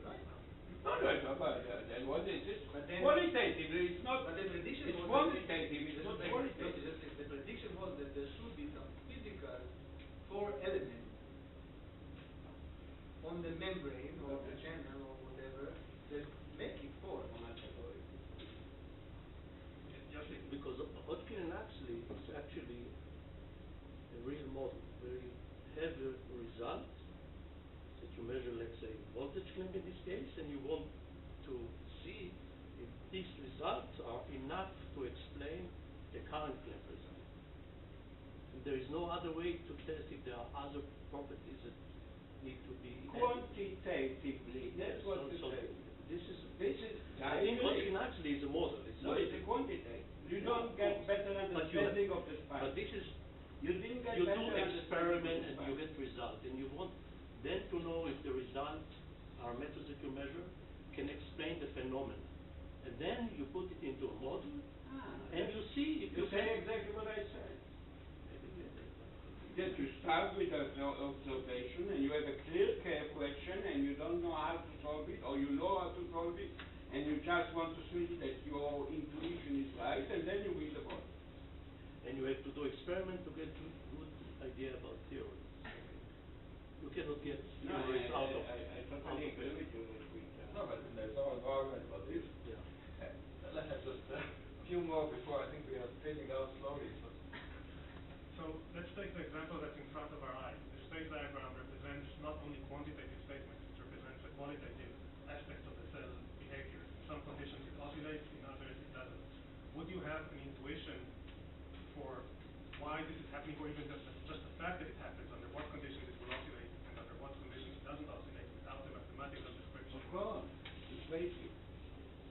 Like what you know, if you have a if you have a high leak, you have a very low voltage. If you have a low voltage, you are not going to activate the calcium. Then you don't have any regenerative responses. Okay, So you think But I can wave my hands and it's really describe what happened.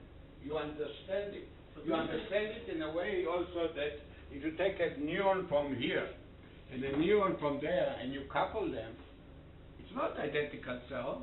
These have a resting potential of minus 80 and these have a resting potential of minus 20, and you put them together and you couple them together and you get into this range of exactly the right parameter to make all these things to oscillate. So do you think that This without... is, no, I want to say, my intuition didn't go to that. But once I presented, I didn't need that anything. It makes sense. So do you think that without the Hodgkin-Huxley equations, or before they existed, if you would come to a scientist and ask him, what do you think will happen if we vary these parameters, he would be able to construct even qualitatively the structure of the state diagram? No. They knew before the model. They knew that action potential made out of sodium current going into the cell. They knew that they have a threshold. They knew that they have a refractory period. They knew that they have a relative refractory period. They knew that there is a nodic break response. All those things have been reproduced by the model. There's no, the understanding in this case for sure came before the modeling.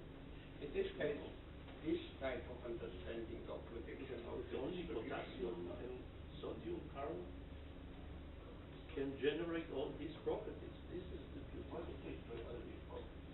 The property of the channel, the dynamic, the voltage depends on the time. The moment they saw This can explain all what the moment they saw that the isolated sodium current inactivates. That's it.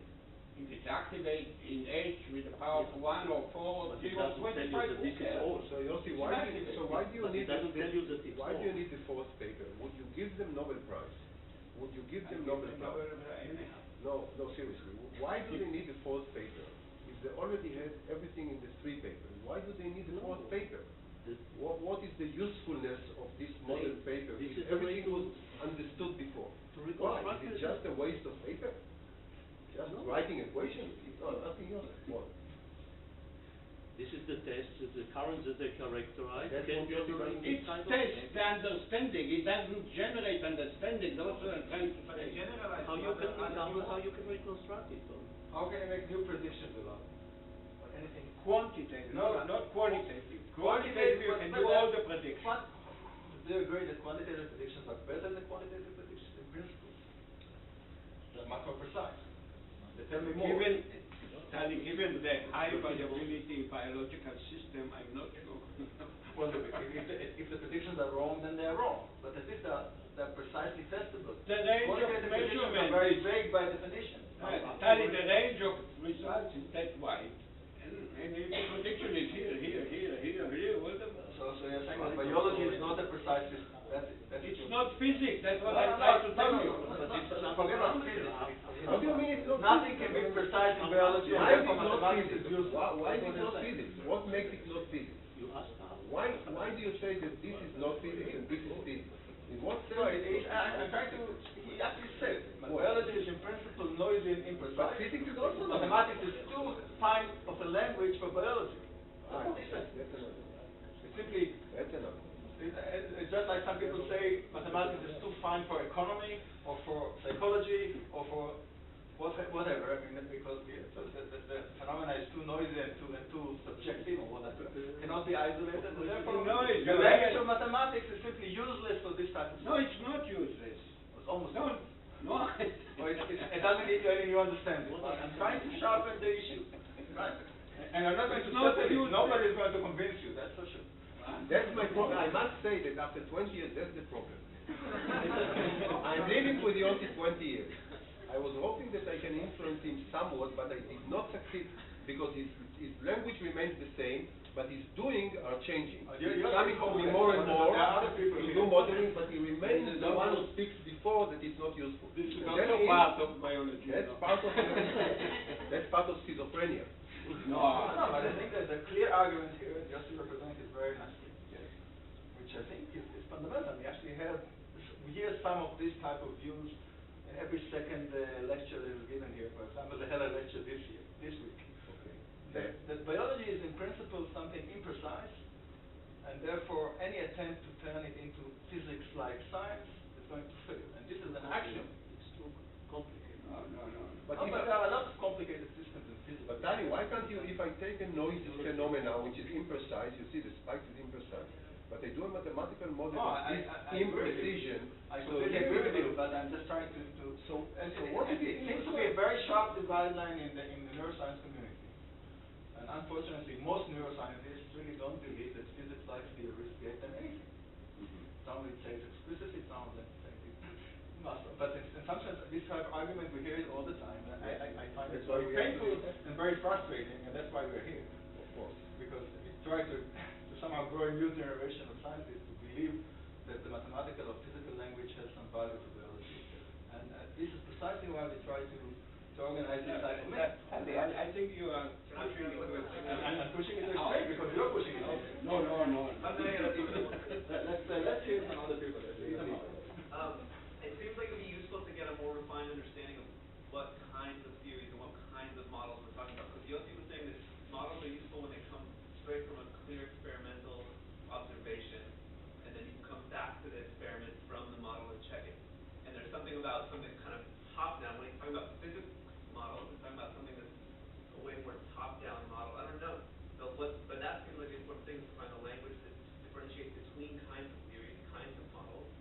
And some of them may be too high level, too abstract, too ambitious to apply to those variations. Some may not. All right, so whose side are we on? Why do you criticize? Any more comments? I want just to add some little thing, Yosi, for understanding what you mean by understanding or not. Suppose it's, I don't know what level of description you want. Let's say consciousness, or let's say physics, let's say channel.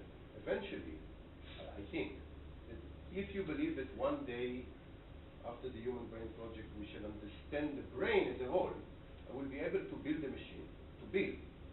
Now I'm talking about building.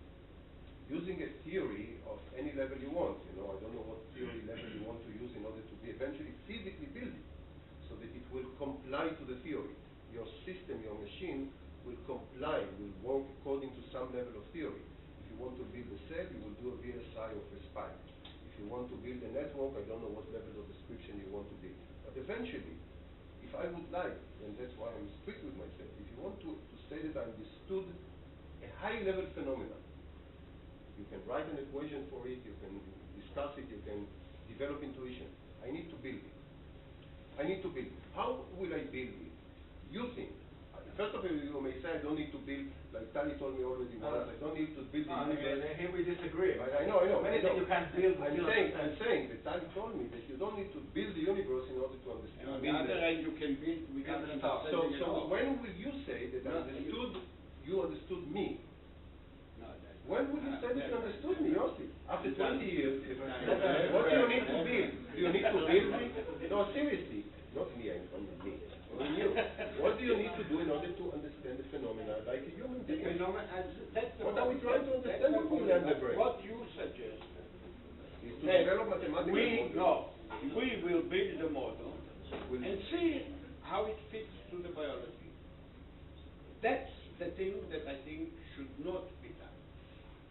To build the model, and it's not because it's not going to solve this thing or other, it's because you build a model, and I'm sure the model is intellectually very challenging. I mean that this model will generate huge amount of observation of phenomena. And you will be sucked into this model, and you'll stop to study the brain, you'll study the model. You're afraid that I will fall in love with the model. Instead of me. You really want everything, yes. All right, so I think it's free today. Remind you that the next one on the 31st of May is actually very special with two people from the library. So who, Yadin and Misha. And Misha, so we'll have to be provocative as well because Misha is going to be very fun. אני אגיד לך, נבוא ידין אתה? כן. בוא ניקח את המודל של יאיר. בוא נראה מה הלב שלו. ברור שמאוד קל לעשות ניסוי שהוא דיספרוב את המודל הזה. לדוגמה, המודל הזה, אחת הפרדיקציות שלו, שלא יהיו אקשן פוטנציאל. לא יהיו אקשן פוטנציאל. המודל הזה לא מייצר אקשן פוטנציאל. הוא לא נועד לייצר. זה כבר, זה השאלה של מה הוא נועד לעשות, זה כבר עניין... לא, אבל זה שנייה אחת, תן לי לסיים. יוסי, תן לי לסיים. המודל הזה, יש איזה רג'ים שבו הוא אמור להיות אופריישנל, יש רג'ים שהוא לא אמור להיות אופריישנל. אז לעשות איזה ניסוי ולהראות, הנה, המודל הזה לא עבד, זה לא... קיבלתי תוצאות שלא קונסיסטנטיות עם המשוואות המתמטיות, זה לא מה שבסרחה יהיה דיספרוב של המודל.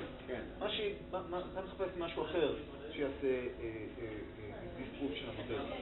אתה מחפש משהו אחר שיותר ברג'ים של מה שהמודל אמור להסביר. מה הלב של המודל הזה?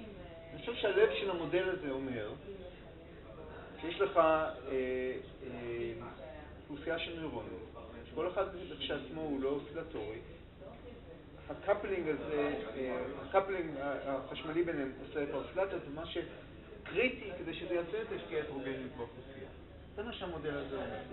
ברגע שאתה מוצא שרבע או שליש מהנוירונים הם לכשעצמם כבר אוסילטוריים, הוא לא דורש ממך לעצור המודל עושה פרדיקציה. שמה? שחלק מהנוירונים יהיו אוסילטוריים. אם חלק מהנוירונים יהיו אוסילטוריים, אז בכלל מלכתחילה אין לך בכלל את הבעיה הזאת, ויש משפחה מאוד גדולה של מודלים שתעשה את זה אחרת. אני רואה את הדבר ראשון במתמטיקה זה להבין שיש כאן בעיה, שיש כאן בעיה מעניינת. כי לקחת נוירונים שהם אוסילטוריים ולחבר אותם בקשרים חשמליים ולקבל אוסילציות ברשת, זה קל, זה לא מעניין, זה טריוויאלי.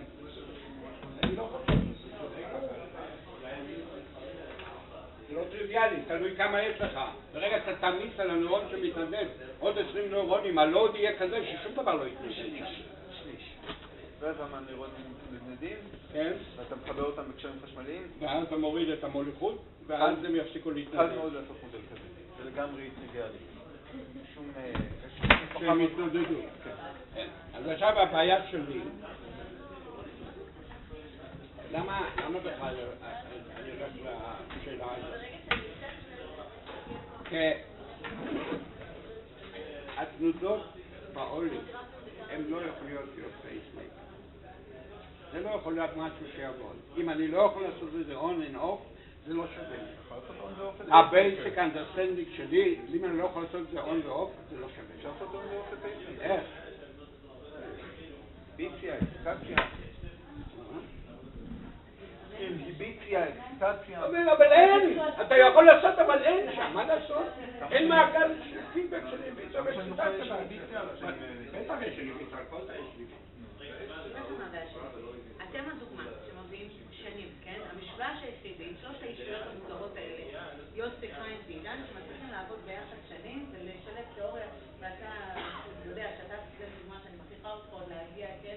שהצליח לעשות את זה, שמביאים לסטודנטים ש-theory, modeling ו-experimentalist עקשן, מודליסט עקשן ותיאוריסט עקשן, יכולים לעבוד ביחד, ואם לא נותנים לכם לדבר על זה יותר מדי כמו המרבה רגליים, אתם באמת מתקדמים, כן? המדע מתקדם, עשה כבר שאלות מעניינות לעבוד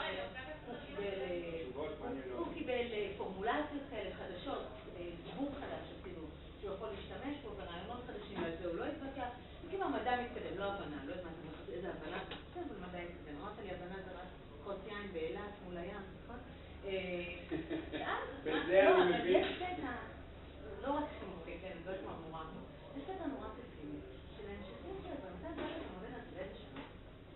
והוא מספר לי שיש לנו ניסוי של שבוע לעשות, וזה כמה שנים עברו משם, אני לא רוצה בכלל לשאול, כן? עכשיו, קצתם ביחד, אתם עוד נשארתם ביחד, זה לא תקוע בזה. אבל לא הלכנו שאלות מטופשות ואתה הלכת לעשות שאלות מטופשות, אבל הבעיה שהדברים חיים עד כדי אורך חייו של סטודנט דוקטורנט שפה באמת אנחנו מושכים את הכל יפה. אני יכולה להגיד שהמודל של יאיר היה לו הרבה המשכה. גם לא, הנה עידית, כי יש שאלה שאפילו לפני השאלות העמוקות שלך המודל של יאיר, המודל של יאיר התחיל כאילו באמת לעשות פרדיקציה לנוירון אוסילטוריים ומצא אותם בניסוי. יפה, המדע התקדם, הנה הפייסמן הזה אפשר להשתמש בו, אני לא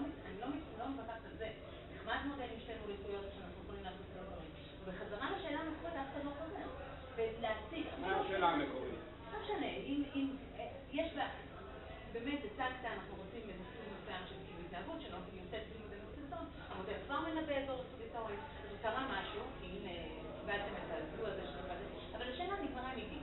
זה לא נגמרה עם אידי, זה נגמרה עם אידי, כן? היה אקספרימנטליסט, אידי נשארה פה הרבה זמן, זה היה מי שהונפה לו איתו, אבל הדברים, ואתם פה. והשאלה הבסיסית עדיין עומדת פה, אף אחד לא פתר את העולם, נכון? כאילו, זה לא שמישהו... אני לא פתאום למדתי את זה. כשאני באה לספר את הסיפור הזה, זה לא בסדר, אל תכניס אותי לפתר או הבין. זה מה שאמרת. לא, נעצר. הסיפור נעצר עד עוד חייב ש...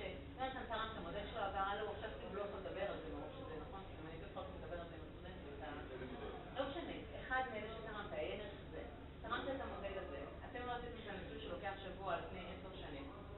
בדוגמה האופטימית יותר, עבד סטודנט אקספרימנטליסט ומודליסט עבדו עד אורך חייו של ה-PhD שהיה ארוך, אבל עם זה נגמר. וזה היה נורא בעיה.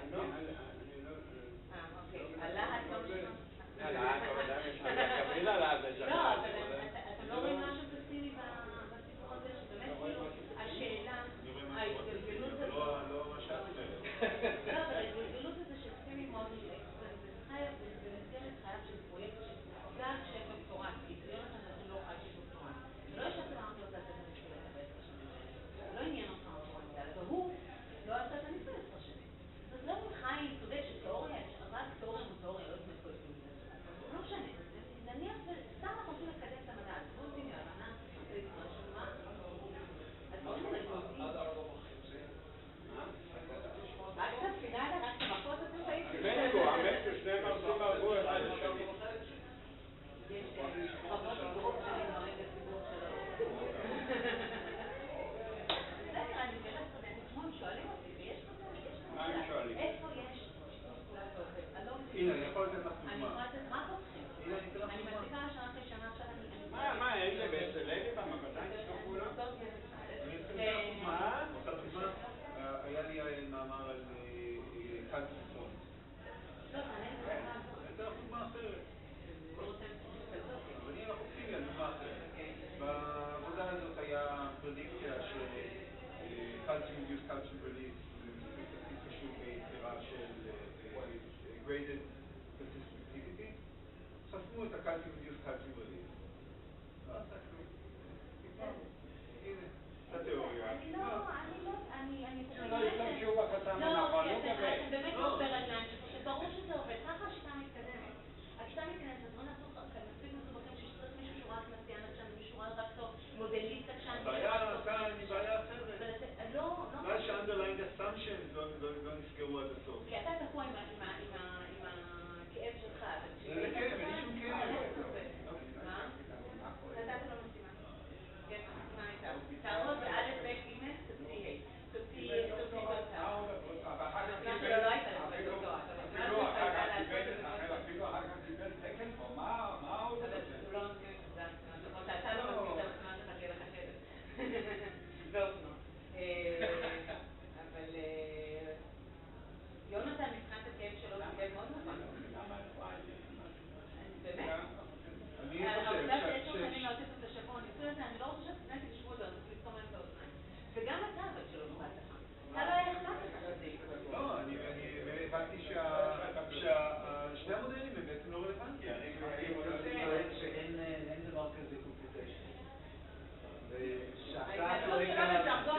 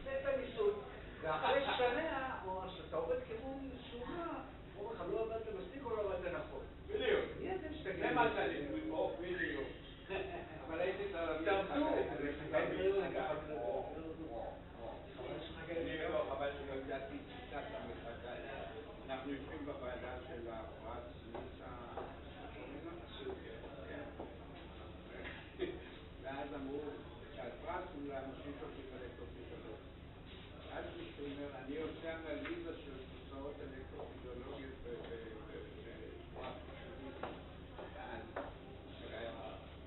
לא, אבל רציתי בעיה. מה שהוא לא הבין, חגי, אבל זה ככה הרבה זמן להבין. בסוף יבין את זה. לא הבין. הוא תמיד אמר את זה. זה כל כך לא נכון. כן, אבל זה שטויות. כי רציתי באמת, זה נושא שהוא נורא צריך. והוא סוף סוף מקבל אנשים כאלה למעבדה, שהוא פתיק על התיאוריה. למעשה אדם זיידן, שהיה תלמיד מעולה שלו. לא עשה ניסויים. אמין או יאור מרגד עשה הרבה, יאור מרגד הביא לו את כל הנושא של הוא עשה ניסויים. יאור עשה ניסויים במעבדה. מה שהפריע לי יוסי, שאתה לא לוקח ברצינות את המילים שיוצאות לך מהפה. זה בעיה. כמוני, אני והוא אותו דבר. זה בעיה. מתעצבנים זורקים כל מיני מילים. אתה לא לוקח ברצינות את המילים שיוצאות לך מהפה. אתה טוען טענות, והטענות האלה לא קונסיסטנטיות עם הדאטה, אז חבל, אין בכלל מה לדבר, אנחנו עוד לפני התיאוריה, אנחנו לא התחלנו את התיאוריה, לפני בכלל בניית התיאוריה. יש את ההנחות, אם ההנחות לא קונסיסטנטיות עם הדאטה הניסיונית. זה לא פרקטי, זה הניסוח שאני אמרתי, דעתי לו כך. הניסוח, תהרוג את התאים שיורים, של אוסילטורים באופן עצמאי. ותראה, יש לך... לא צריך להרוג אותם, הוא אמר משהו פשוט, תיקח תאים שהם סטייבל, שהם לא אוסילטורים, ויצמד אותם. ולפי המודל של... זה עשיתי. מה? זה עשיתי. לקחתי תאים סטייבל וצימדתי אותם רגע. למה לא אמרת לא, צימדת אותם. את שני התאים. אחד צימדתי, זה לא יראה. ניסוי אחד צימדתי למודל. אחד מודל של... אז אני אגיד את שני תאים. לא, אבל צריך לקחת את המודל שלו. כן. לצמד אותו עם סטרן קלן לתא. לקחת שני תאים שהם לא אוסילטוריים וצימדתי אותם והם תחת דבר חדש. למה לא אמרת שעוד שקט אחד? אני לא... מה הם עושים? לא, זה לא התשובה. לא, זה התשובה. למה? למה זה כן תשובה? התשובה שהמודל שלהם כן עובד. כן. כל המודלים זה הנחה הבסיסית. זה שאני אומר, אתה צריך לצמד אותם עם תאים שהם אוסילטוריים בפני עצמם. לא. זה לא המודל של יאיר. לא, מה לא? לא. המודל של יאיר, מה שהוא אומר זה שיש הטרוגניות באוכלוסייה. אם תיקח שני תאים שהם ברג'ים הנכון ותצמד אותם, תקבל אוסילציות שכל אחד בפני עצמו הוא לא אוסילטורי. אני אראה לך. מה עוזר לך? אתה מצמד אותם, אבל זה נכנסים לאזור של הטרוגניות מצומדים. זה שהצמד המצומד מתנהג כמו תא שיש לו פרמטרים ממוצעים. בתא עם פרמטרים ממוצעים יכול להיות אוסילטורי. נכון. זה נכנס לרג'ים. תיקח שני תאים שהם הומוגניים. אבל גם זה נקודה שאני חושב שלא, מבחינה ניסיונית הייתה בעייתית. אבל אני לא הבנתי, אמרת שאתה לוקח, שהניסוי שאתה רוצה, הניסוי שעשית, צריך לעשות את אותו ניסוי שעשית לזוג תאים. זה עשיתי, שניהם בפרמטרים אני לא יכול להגיד לך איפה. שניהם באותו צד כאילו. אני חושב שלא בטוח שאני יכול להגיד איפה. זה סוג אחר של ניסויים, נו מה להגיד לך. אבל אתה זרקת פיזה גם... לא, זה אתה עושה בוסטסקייפ ואתה צריך למצוא את הקלציום ואתה צריך... זה הרבה ניסויים, זה לא... אבל הראית פיזה גם כזה מיליון תאים. איפה עשית? לא, זה לא מיליון תאים. 17 תאים היו שם, זה תאים פיקטיביים. שמעת, זה פיקטיבי. זה הגיצור שם ככה.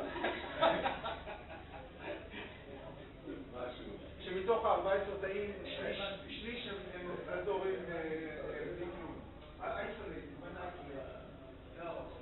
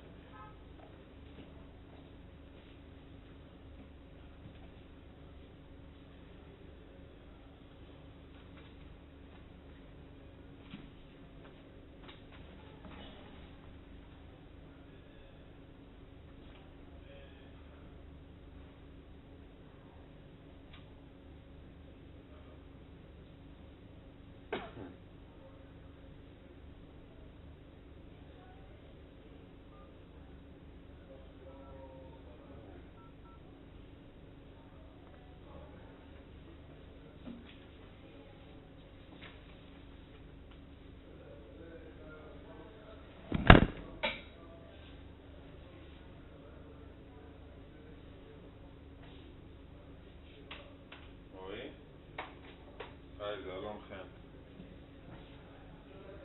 אני כבר פה. אני ממש בחדר ההרצאות, אני חושב. אני מניח שזה המקום הנכון. אז זה בסדר, יש זמן, מתי שאתה מגיע, אני פה בחדר.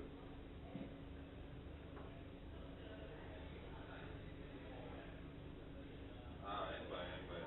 מישהו אחר יראה לי איך להתחבר פה? מי? מיקי, אוקיי.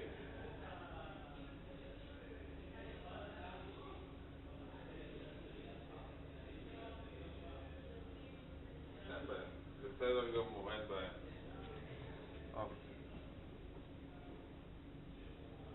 אין בעיה, שום בעיה. בסדר, רק פשוט צריך מישהו שיראה לי להדליק פה ולהתחבר, זה בסדר. אין בעיה, יש פה הרבה חבר'ה בחוץ, אני אהיה בסדר. ביי, תודה.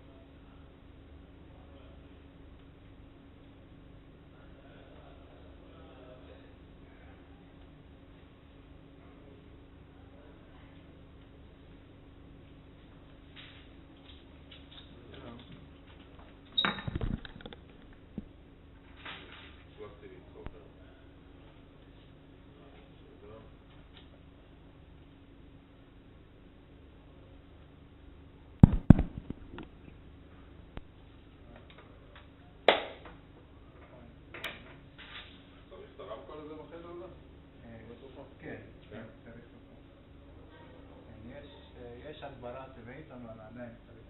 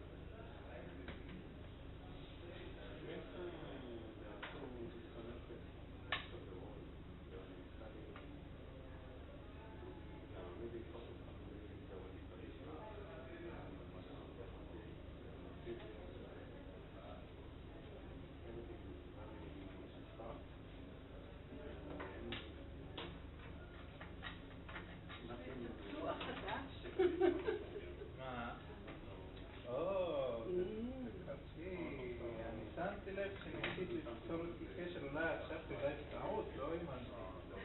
בפייסטיים, נכון? כן, את יודעת להשתמש בזה? במה? בפייסטיים? לא. אז ניסית להתקשר אליי. רציתי לבדוק מה אתה עושה. אני לומדת את כל כן, זה שיחת וידאו כזאת. כן. כן, חינם, כל מי שיש לו אייפון. כן, זה החדש או שתיים? כן, שלום. ממש חדש, הוא כיפי נורא. כן?